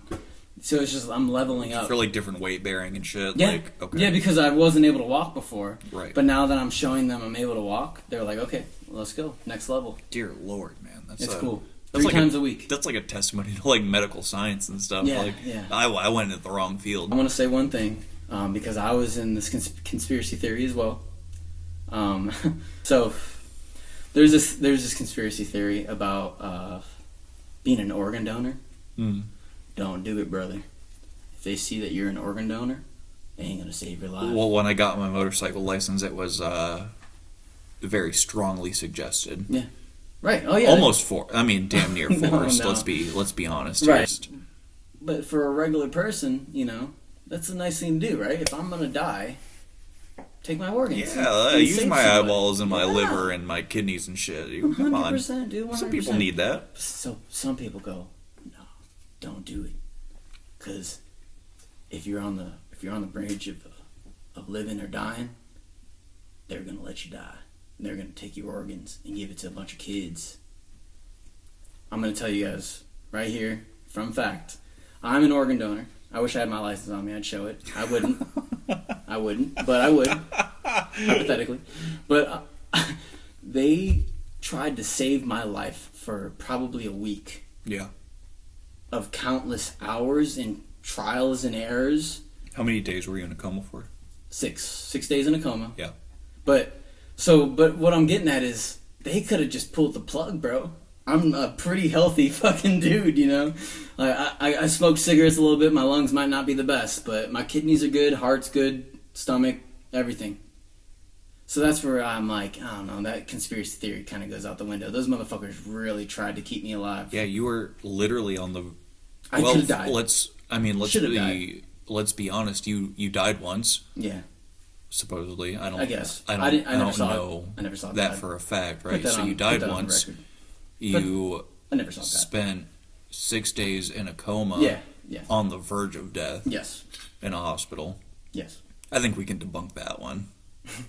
I think we can debunk that. Exactly. They did whatever they could. Once you dig, like my mom did it, obviously, but she kind of saw like, oh, it's a pretty nice place, you know? And then they even handed us off to even better, you know? Because I even remember being like, people were telling my mom and family, why are you just taking them to Chicago? This and this and that is better in Chicago. And I'm like, I mean, whatever's the best is the best. But, man, I don't know. I've heard a lot of bullshit from around a lot of places everywhere.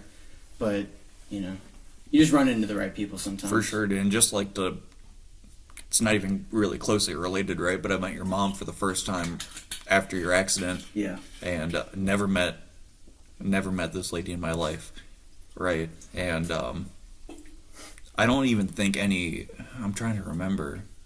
It's a long time ago to remember. I can't remember 2 days ago, but like never exchanged a word with this lady in my life, and the first thing she does is give me the biggest hug. Yeah, man. The biggest, tightest hug in the world. Your family's awesome. Yeah, I appreciate you saying I'm glad you had that support. She's full of love, man. But you had an entire army behind you too. Your GoFundMe raised probably 5 times more money than I actually thought it would, just because, like, I mean, the internet's kind of toxic. Yeah. The way it sits, right? Yeah, but your GoFundMe raised Preston a shit ton of money. Preston, thank you, Preston. I love you, man. He goes, sorry, man, I only got you X. I could have got more, but... And I'm like, bro, shut the fuck up. I was like, dude, that's incredible, dude. Incredible. I mean, I know it probably doesn't put... it puts a dent. Don't say that. It does put a dent. Does it really? Yes. I mean, I know working where you work, you got good insurance, but... Man, I can't imagine. No, dude, I'm fucked, money-wise, but I'm glad you read what I was getting at. Yeah. But what I'm getting at is if I get my peanut butter jelly sandwich diet back, and I work for X, you know, I don't know. If I work for Honda, bro, and making the money that I do, and you know everything, and doing what I do, I'll be okay. That's like the biggest thing. If I have to work for McDonald's and pay this hospital bill back, fucked. I'm gonna die with that. Yeah. I probably will die with that. That's never going away. But because of the good insurance, because I get paid a good amount in, just X, whatever, I really think, and I'm going to help out the shop too, because I'm telling you, man, and obviously you're involved in that, but I fucked up a lot of shit while I was gone. And not to get like into the like valleys of like that shit, but it's like, man, it is what it is. And that's why I'm not, hanging up the gloves. Yeah. Like, no, dude, no. I clean up my messes, bro. Like, that's who I am. But, yeah, so I know there's a lot of money to be spent, and I know I can make a lot. But what I usually do for the past 3 years that I've been working for Honda, I just throw that money away. Like, it's too much money for a single man living in Ohio. Too much money for him. But now I own a shop, and I have a bunch of buddies and a girlfriend, and she had a kid. So, yeah, that money just went. But if I really was like, okay, 2025, this is what I gotta do. Gotta save, this and that. I'll be good. 100%. I'll be good. It's gonna be a lot, though. Real quick, GoFundMe is active again. I'm gonna put it in the description. Yeah, don't worry, buddy. I'm gonna put it in the description. I'm just kidding. Don't do it. I'm just kidding. I'm good. Fucking doing it. What, I guess just to tell everybody how crazy the American medical system is, just from hospital and everything alone. Yeah. What are they going to bill you? Okay, so without your insurance. No, yeah, right. Yeah, you don't have to get into without. Okay, it would be easier to say with insurance because then do it. Without insurance, it's like hundreds of thousands. Stupid. But now, so what I'm getting at, and this is like no Crimea River, no feel bad for me. You guys, thank you everybody that put $1 into that motherfucker. I appreciate it. But you guys paid for the fuck up. You guys paid for the 6 months of trial and error to really understand what needed to be done. Now, OSU has not sent me a bill yet, and that's what I'm scared of. But ballpark with my insurance, 20 to 30,000. I'm gonna guess. Man, for everything that you went through, yes, that's not that. I'm telling you. Well, and then that's what I'm saying. It could be 50. With your, it could be 50. It could be 60. I don't know shit about yet. Fucking that. But what I'm getting at is like from OIO, from what they charge me, I could be like, okay, double it being at OSU. That would be around this number after insurance. And so it could be 20, it could be 30, it could be 40, it could be 50, But, and again, dude, like, not to sound shitty, but I'll go on the payment plan, but you already know where my money's going. Oh, look, if I know you, I know where your money's going. I think the United and I States... I want you to take care of you first. 100%. No, don't say that. I want the United States government to take care of me, please. I'm just kidding. Hell yeah, I want them to as well. I like capitalism. But no, dude, I love you, and I appreciate what you say because I would say the same thing to you. But no, fuck that. No, I'm good. I know all respect was actually meant from that. So yeah, fuck. I'm good. I love you too, buddy. I'm good. I'm gonna get you what you need. I'm gonna get you what you had, even better. Cause now it'd be not, I'm not a rusted shitbox. Yeah, yeah. Well, I mean. We'll have to think of a more creative name for it next time. Shitbox 2.0. Rust bucket, fucking bucket. I don't care. We'll get a cool one. X-Falcon 2. Oh damn, buddy! I'll tell you what. It's gonna be crazy. Oh, we're gonna lighten it up here right after we take a quick break. Yes. So Beer bong. I don't know about all that, but well, yeah. Once we get back, we'll get onto it in a little bit later note. Oh, hell yeah. All right, let's do it. I forgot to mention that I have t-shirts. I'll put them right here in the video so you can see them. And if you want one, message me on Facebook or message the email in the description. Let's get back to it.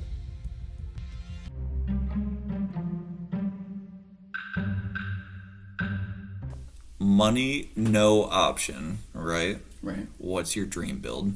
God, I'm getting a little drunk. Man, okay. We talked about this earlier. We did. Money, no option. It'd be a few. But my first one would be, we said it, ZR1. Let's go. LS9. Yep. Personally, I would keep the supercharger and then just, go as much off of that as I can. And then twin turbo, whatever, LSX, bullshit, whatever. But that's the one I would go with first. I know we talked about that. You can have a Pagani, a Guerra in front of me, and a ZR1 09.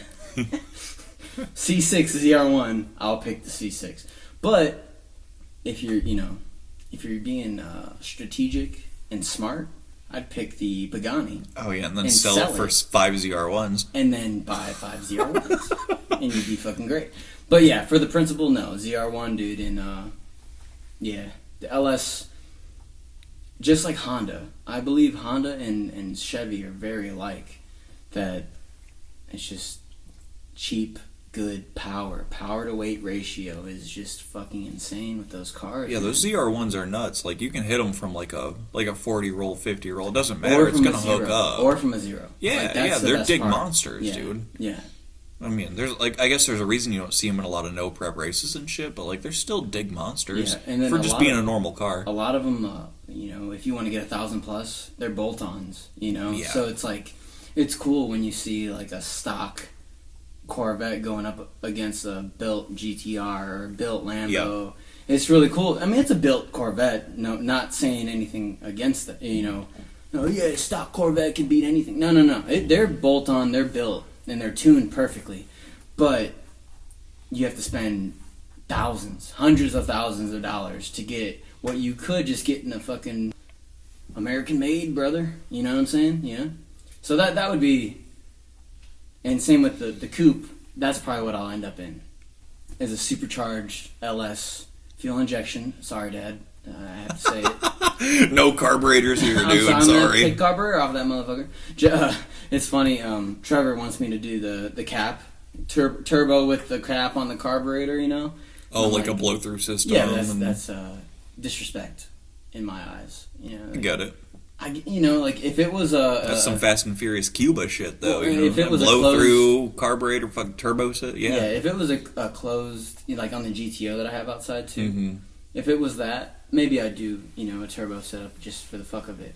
But it's an open engine 34 Chevy coupe. Yeah. There's no way I'm not putting a supercharger on that with the 3 blower, traditional fucking. Yeah, like a 100%. Yep. Dude. Because back in the 30 years, 40, 50 years ago, everybody did that, dude. Why don't you do something different?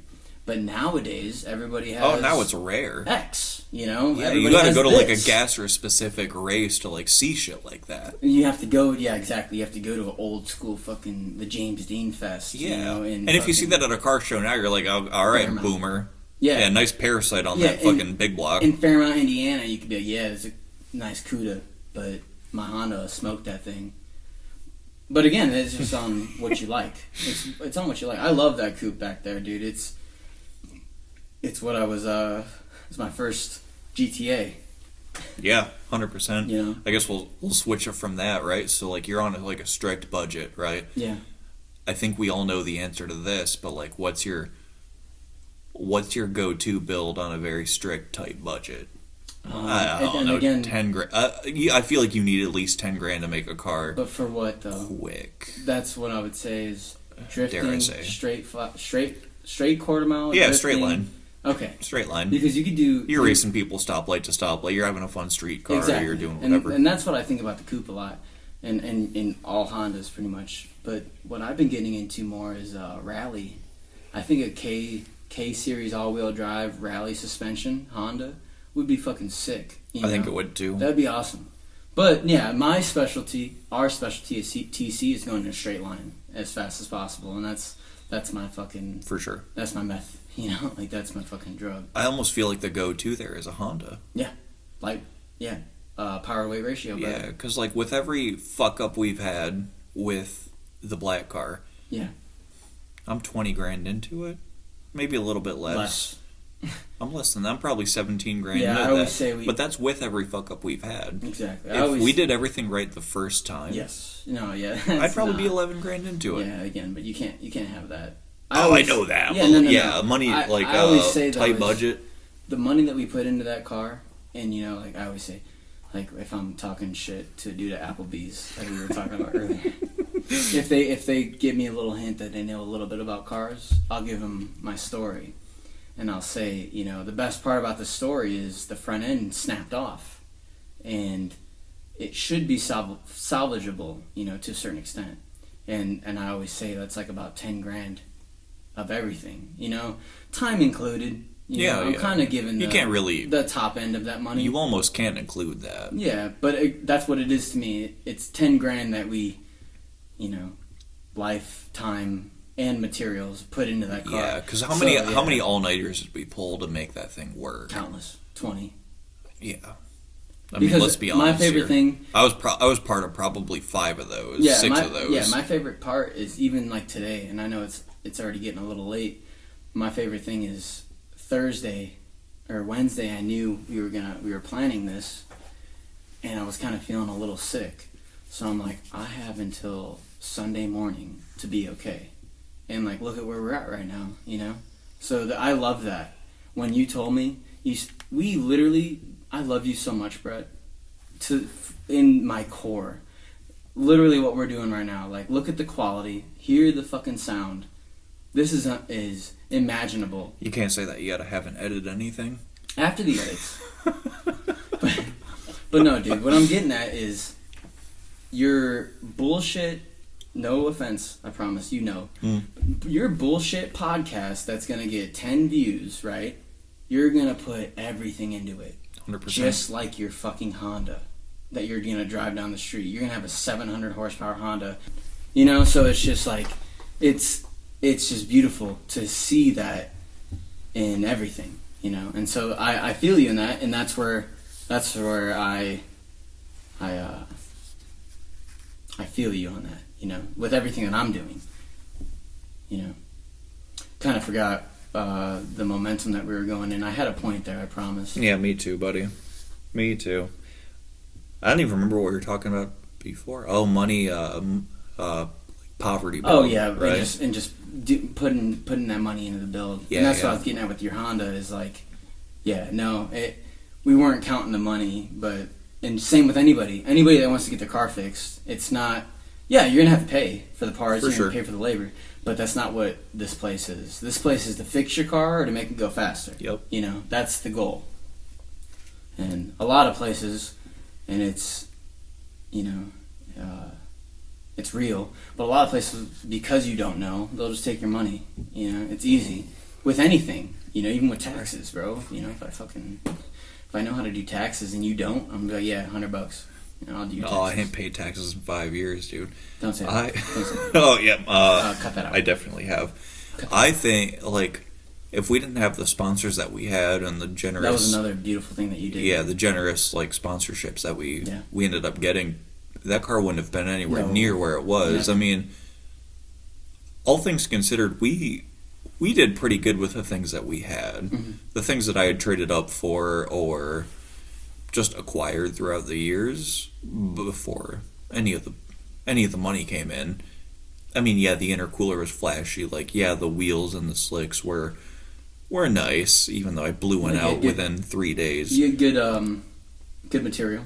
You know? Yeah, we got good material out of it, but like that was mostly us. But still, so at the end of the day, you're gonna have to pay up for it. But I think it's the blood, sweat, and tears that kind of separate that from the fumes.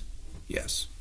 Shit's expensive right now. Yeah, it's crazy. I couldn't do what I did, what was that, 2 years ago where we started pouring everything into this? Yeah, when you were at the Ford dealership. Yep. You were making good money some months. Yeah, some months. Yeah. After the generous donations and shit, like, we made it work. But that was another thing, too, is like the sponsorship and even just obviously out of your pocket. But it's like, bro, we had thousands of dollars in labor. Yep. But easily. But the thing was, and then now it's especially, you know, not to even bring up money in that way, but it's like, you know, you paid for the parts and we put them on, and you owed us for the parts that we put on, but I destroyed the car, you know. So it's like, okay, do we Do we call it even? At the end of the day, is it a wash? Yeah, exactly. What are we doing here? How does it work? Can you give me money and then we'll calculate it? But again, from the beginning of the conversation, it's all about going fast. It's all about fixing the car. So what I'm getting at is, if you owed me a couple thousand, a few thousand in labor, even though you paid for the parts and you were helping us with everything, like, oh yeah, dude, you gotta pay us. But then I go, all that work that we did, I just threw it against the wall, pole, to correct myself. But it's like throwing spaghetti at the wall to see if it sticks. Exactly. It's like, yeah, we're gonna throw the Honda at the pole. Exactly. So it's like, nah, dude, I would never, even if you were paid up 100%, or if you owed us everything, it's just, I don't know, man. The real thing that sits with me is just getting that back. That's like the biggest thing for me, So if we did the math, I'd be like, well, Cole, if we do the math, you actually owe me $200. I'd be like, okay. But I know you never do that. I actually need 86 cents from you, buddy. Yeah, sorry. That's going to pay for... If you give me $1, I could buy some... 45% of my Celsius tomorrow. Yeah. You give me $1, I'll buy the next Arizona. No, those are $1.50 now. Oh, yeah, now now you're fucked. You can't even buy that. Fucking running the fucking tab up now, dude.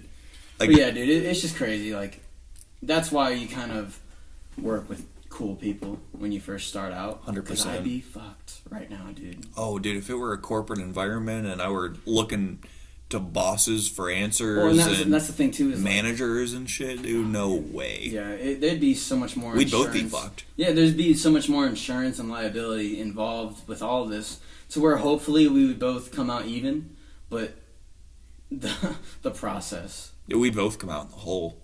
One way or another. With everything, I didn't even get in the wreck and break my shit, dude. Right. Like, we'd both come out in the hole one way or another. And dude, and that's why I like to bring it back, the Ohio Highway State Patrol and police crash investigators had no idea what the fuck I mean, allegedly, I would never, but allegedly I was recklessly driving, Did you get anything from them?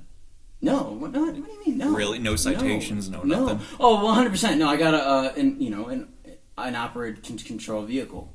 Because I went off the fucking side of the road. Yeah, but that's no points or anything, nothing. is it? Well, it was like 3 points, but it was nothing. And so at the end of the day. Not to get this dude in trouble, and I'm not even going to say his name, but the dude it's so crazy how life works, man.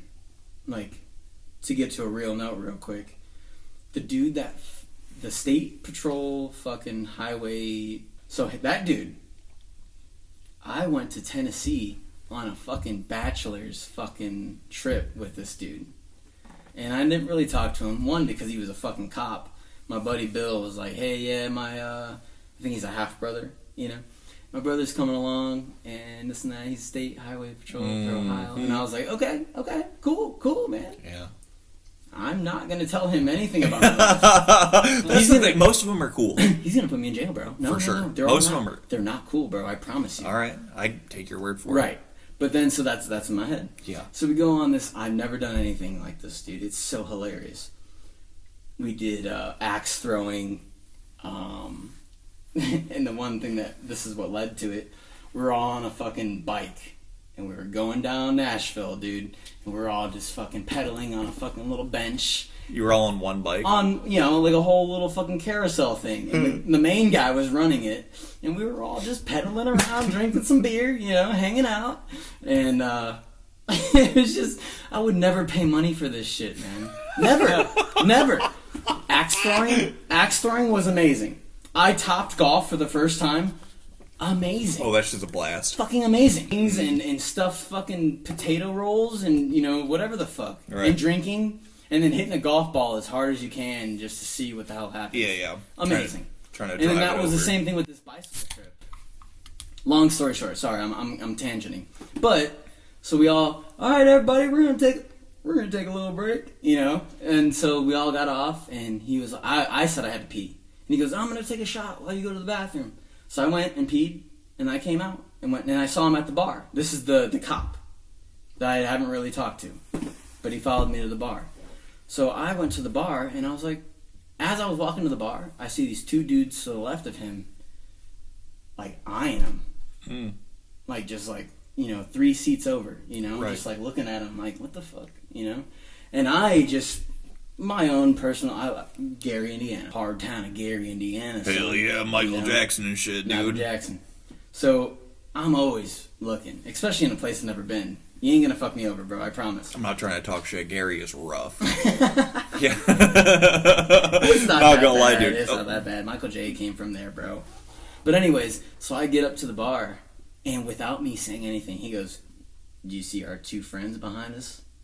And I was like, okay. I was like, this dude fucking gets it, man. And I was like, yep, I did. And I was like, well, you wanna buy him a shot or something? And he laughed, So we each took a shot of Jack. Buy him a blowjob shot or something just to send a message.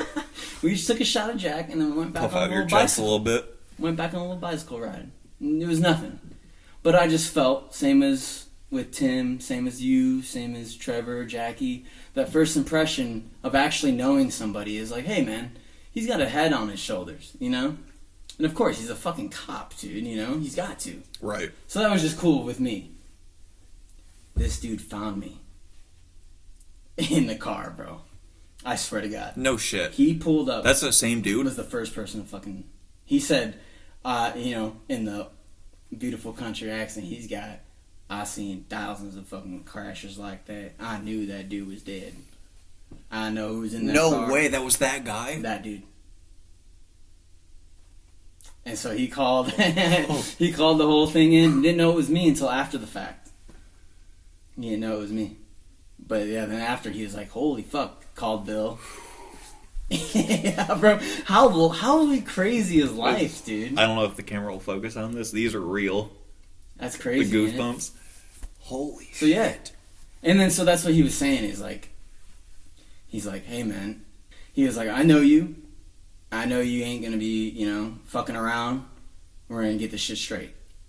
But I do have to cite you with not able to control your vehicle. No way. Yeah. He could have fucked me. But, again, I don't do this. Again, this is for everything and everybody. This is why you should be a good person. But not because if you get into a fucking accident, maybe you get out of it. If you're nice to someone. No. That's not what I'm getting at.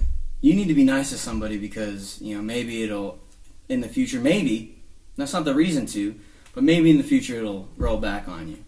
If I said, that dude's a cop, fuck this guy, I ain't talking to him. And, I don't know, it could just be a whole different situation, but I didn't think I would ever meet this guy in his field. But I just treated him like a human being because he was cool. I had no idea that's the guy I talked to. Same guy. Because you described it perfectly, dude. Yep. Country bumpkin accent. Yeah, it's cool. It's cool as fuck. But like Midwest country bumpkin accent. Yeah, Midwest. Like it's not anything Southern. It's just like you're from the Midwest. It's like there's a specific dialect to it. We had such a good time in Nashville, dude. Shit. I remember there was a certain part in time, and not just that time at the bar, but a time after that, which allegedly I cannot talk about, Yeah. But there was a time where I was like, we all needed each other, and we all pulled together. We got an Uber home, baby. It was, dude, you gotta love people like that. That blew my mind. Gotta love that shit. Holy shit. Because that's the dude I talked to at like 11:30 at night. That was after the update on the iPhones that showed up as spam or whatever. Yeah, whatever was calling, right? Yeah. And it said OSHP, and I was like, right. Well, here we go. So I answered it. And the guy was, that guy, was leading me into questions that would incriminate. Try to fill out a police report. Yes. Yeah, exactly. Exactly. Because he had to. Yeah. He was doing his job.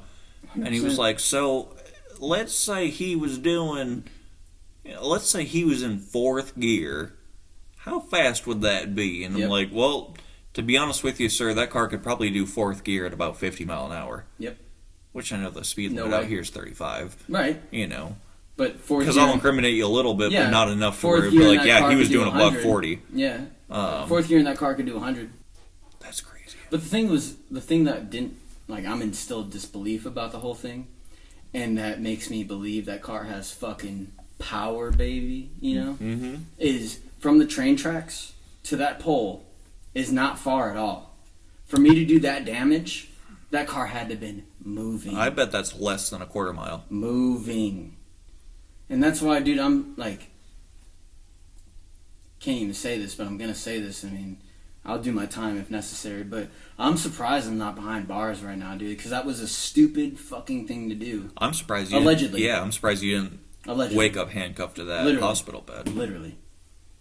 Because one, like I just said, dude, like 5 feet ahead, I would have been in open field. Fine. Completely Trevor. Fine. Called Trevor and been, hey, you need to come pick me up in your tow truck. Yep. Pull me back to the shop. You probably could have made it out of that field. Fine. Maybe, right? Yeah, even on radio. Maybe. But then the other way is crashing into a fucking family house that we see outside all the time. We see them a lot.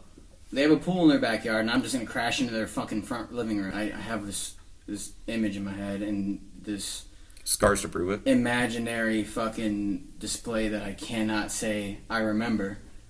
But the way I would have ripped that car... I would have gone into fourth where I was at. You know what I'm saying?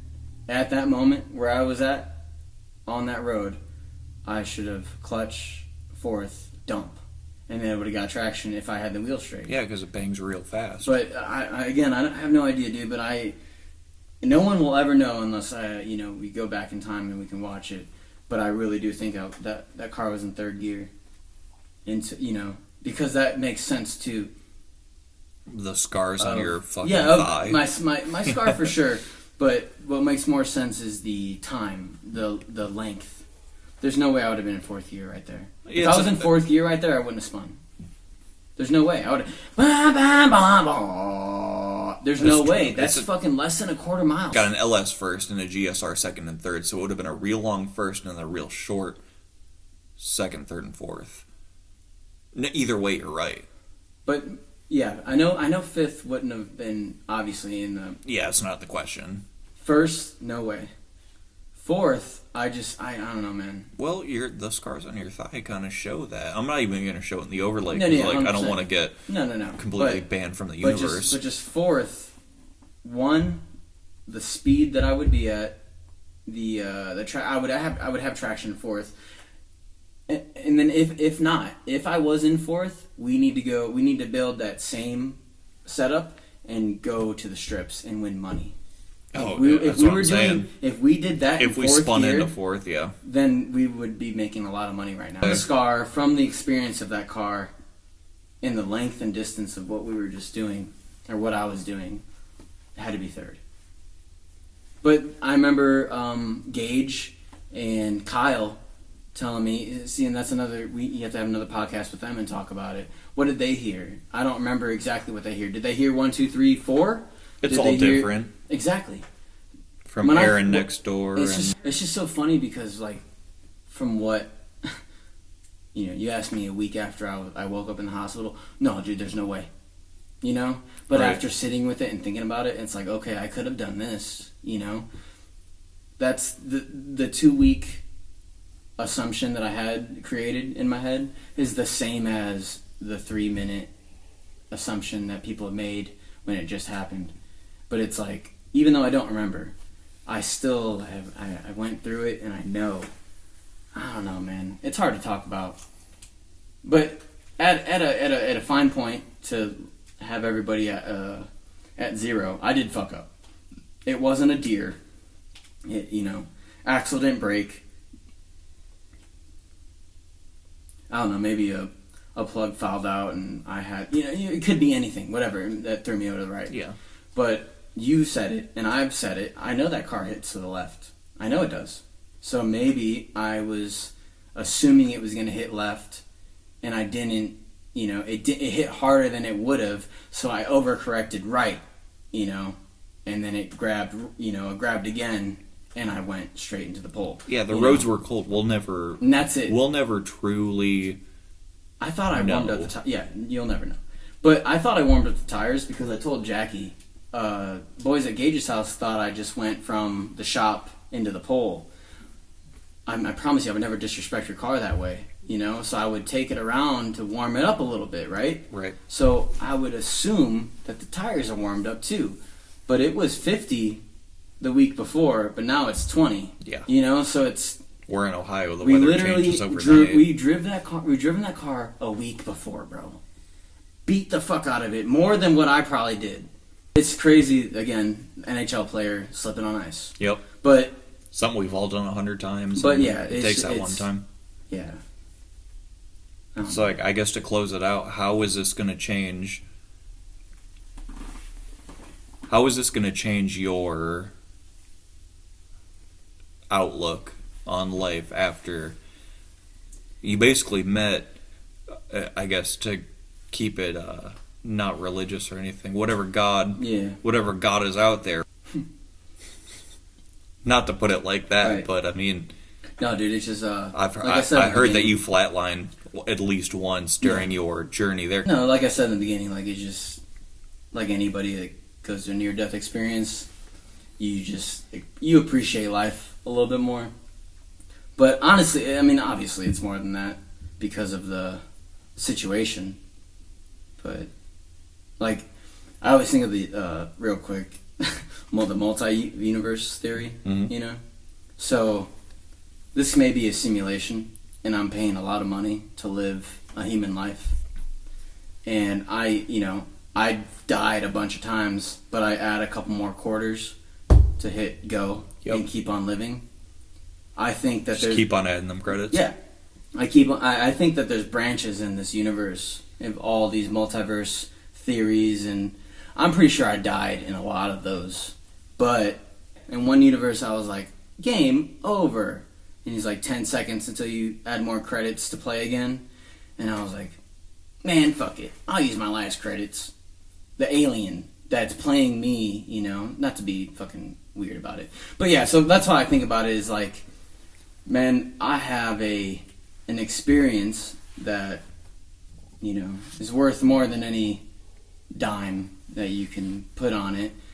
And I got more than a second chance. There's been a few more chances than that. But I'm able to continue further in this, and I don't want to take it for granted. And I never did, but in a way I obviously did because I didn't care. And one thing I do want to add real quick, it's just crazy because I said don't take your life for granted. It's pretty heavy, but so real quick, I had a job that was paying X amount of money, amazing money for not really doing much. Hanging around people I didn't really like, but a lot of them are cool. Then on the weekends, I was able to come to a place with all my buddies that I loved and do everything that I needed, you know? So I had money, I had my passion. And then to even go further, I had the love of my life and her daughter that I was taking care of, you know? All this shit was really heavy on me, and I was taking care of it. And I've told a lot of people this, but I was going 110%. Every day was on the go. Every fucking day. Sundays were my day off. You know, I'd kind of rest on Sundays. But every other day, we were going. But I remember, and like, this is what kind of makes me, like, to tell everybody, even myself, it's like, don't take it for granted. I remember sitting in the Honda parking lot and just being like, man, I'm fucking bored, dude. Like, I know I have everything I would want in life. I have love. I have my shop family. I have a good job, getting good money, good insurance and everything, but I'm bored. I want something to change. And then, boom, son. A couple weeks later, this is where I'm at. And I'm like, you know what, dude? That was pretty good. That was a pretty good spot. Don't take your life for granted. I call that the Monday morning quarterback outlook. Yes. Don't take life for granted. You're good. It's a fancy way to say hindsight's always 20/20. Yep. But hindsight is always 20/20. The Monday morning quarterback is, you can look back on that and say, hey, I could have done that different. I could have done that different. At the end of the day, it doesn't matter. One move would have changed this whole experience, brother. One move. And in multiple different one moves. You know, in chess, how when you get checkmate, you're like, oh, fuck. if I would have put the fucking knight here and it would have been the bishop over here, it would have been in hindsight. Absolutely. It's crazy. But don't worry, I ain't giving up. I ain't done. I'm gonna go fast. No matter how many people don't want me to, I'm gonna. Yeah, we'll get back to it, and everyone's gonna see a lot more of us as time goes on too. Yeah. So just by the way you're moving around and doing everything, you're like 75-80%. Yeah. So on that note, let's wrap this up, and we're gonna get back to it. Yeah, man. Does that sound good? Yeah, man. All right, buddy.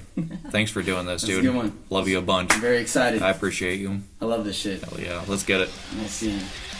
Thanks, everybody.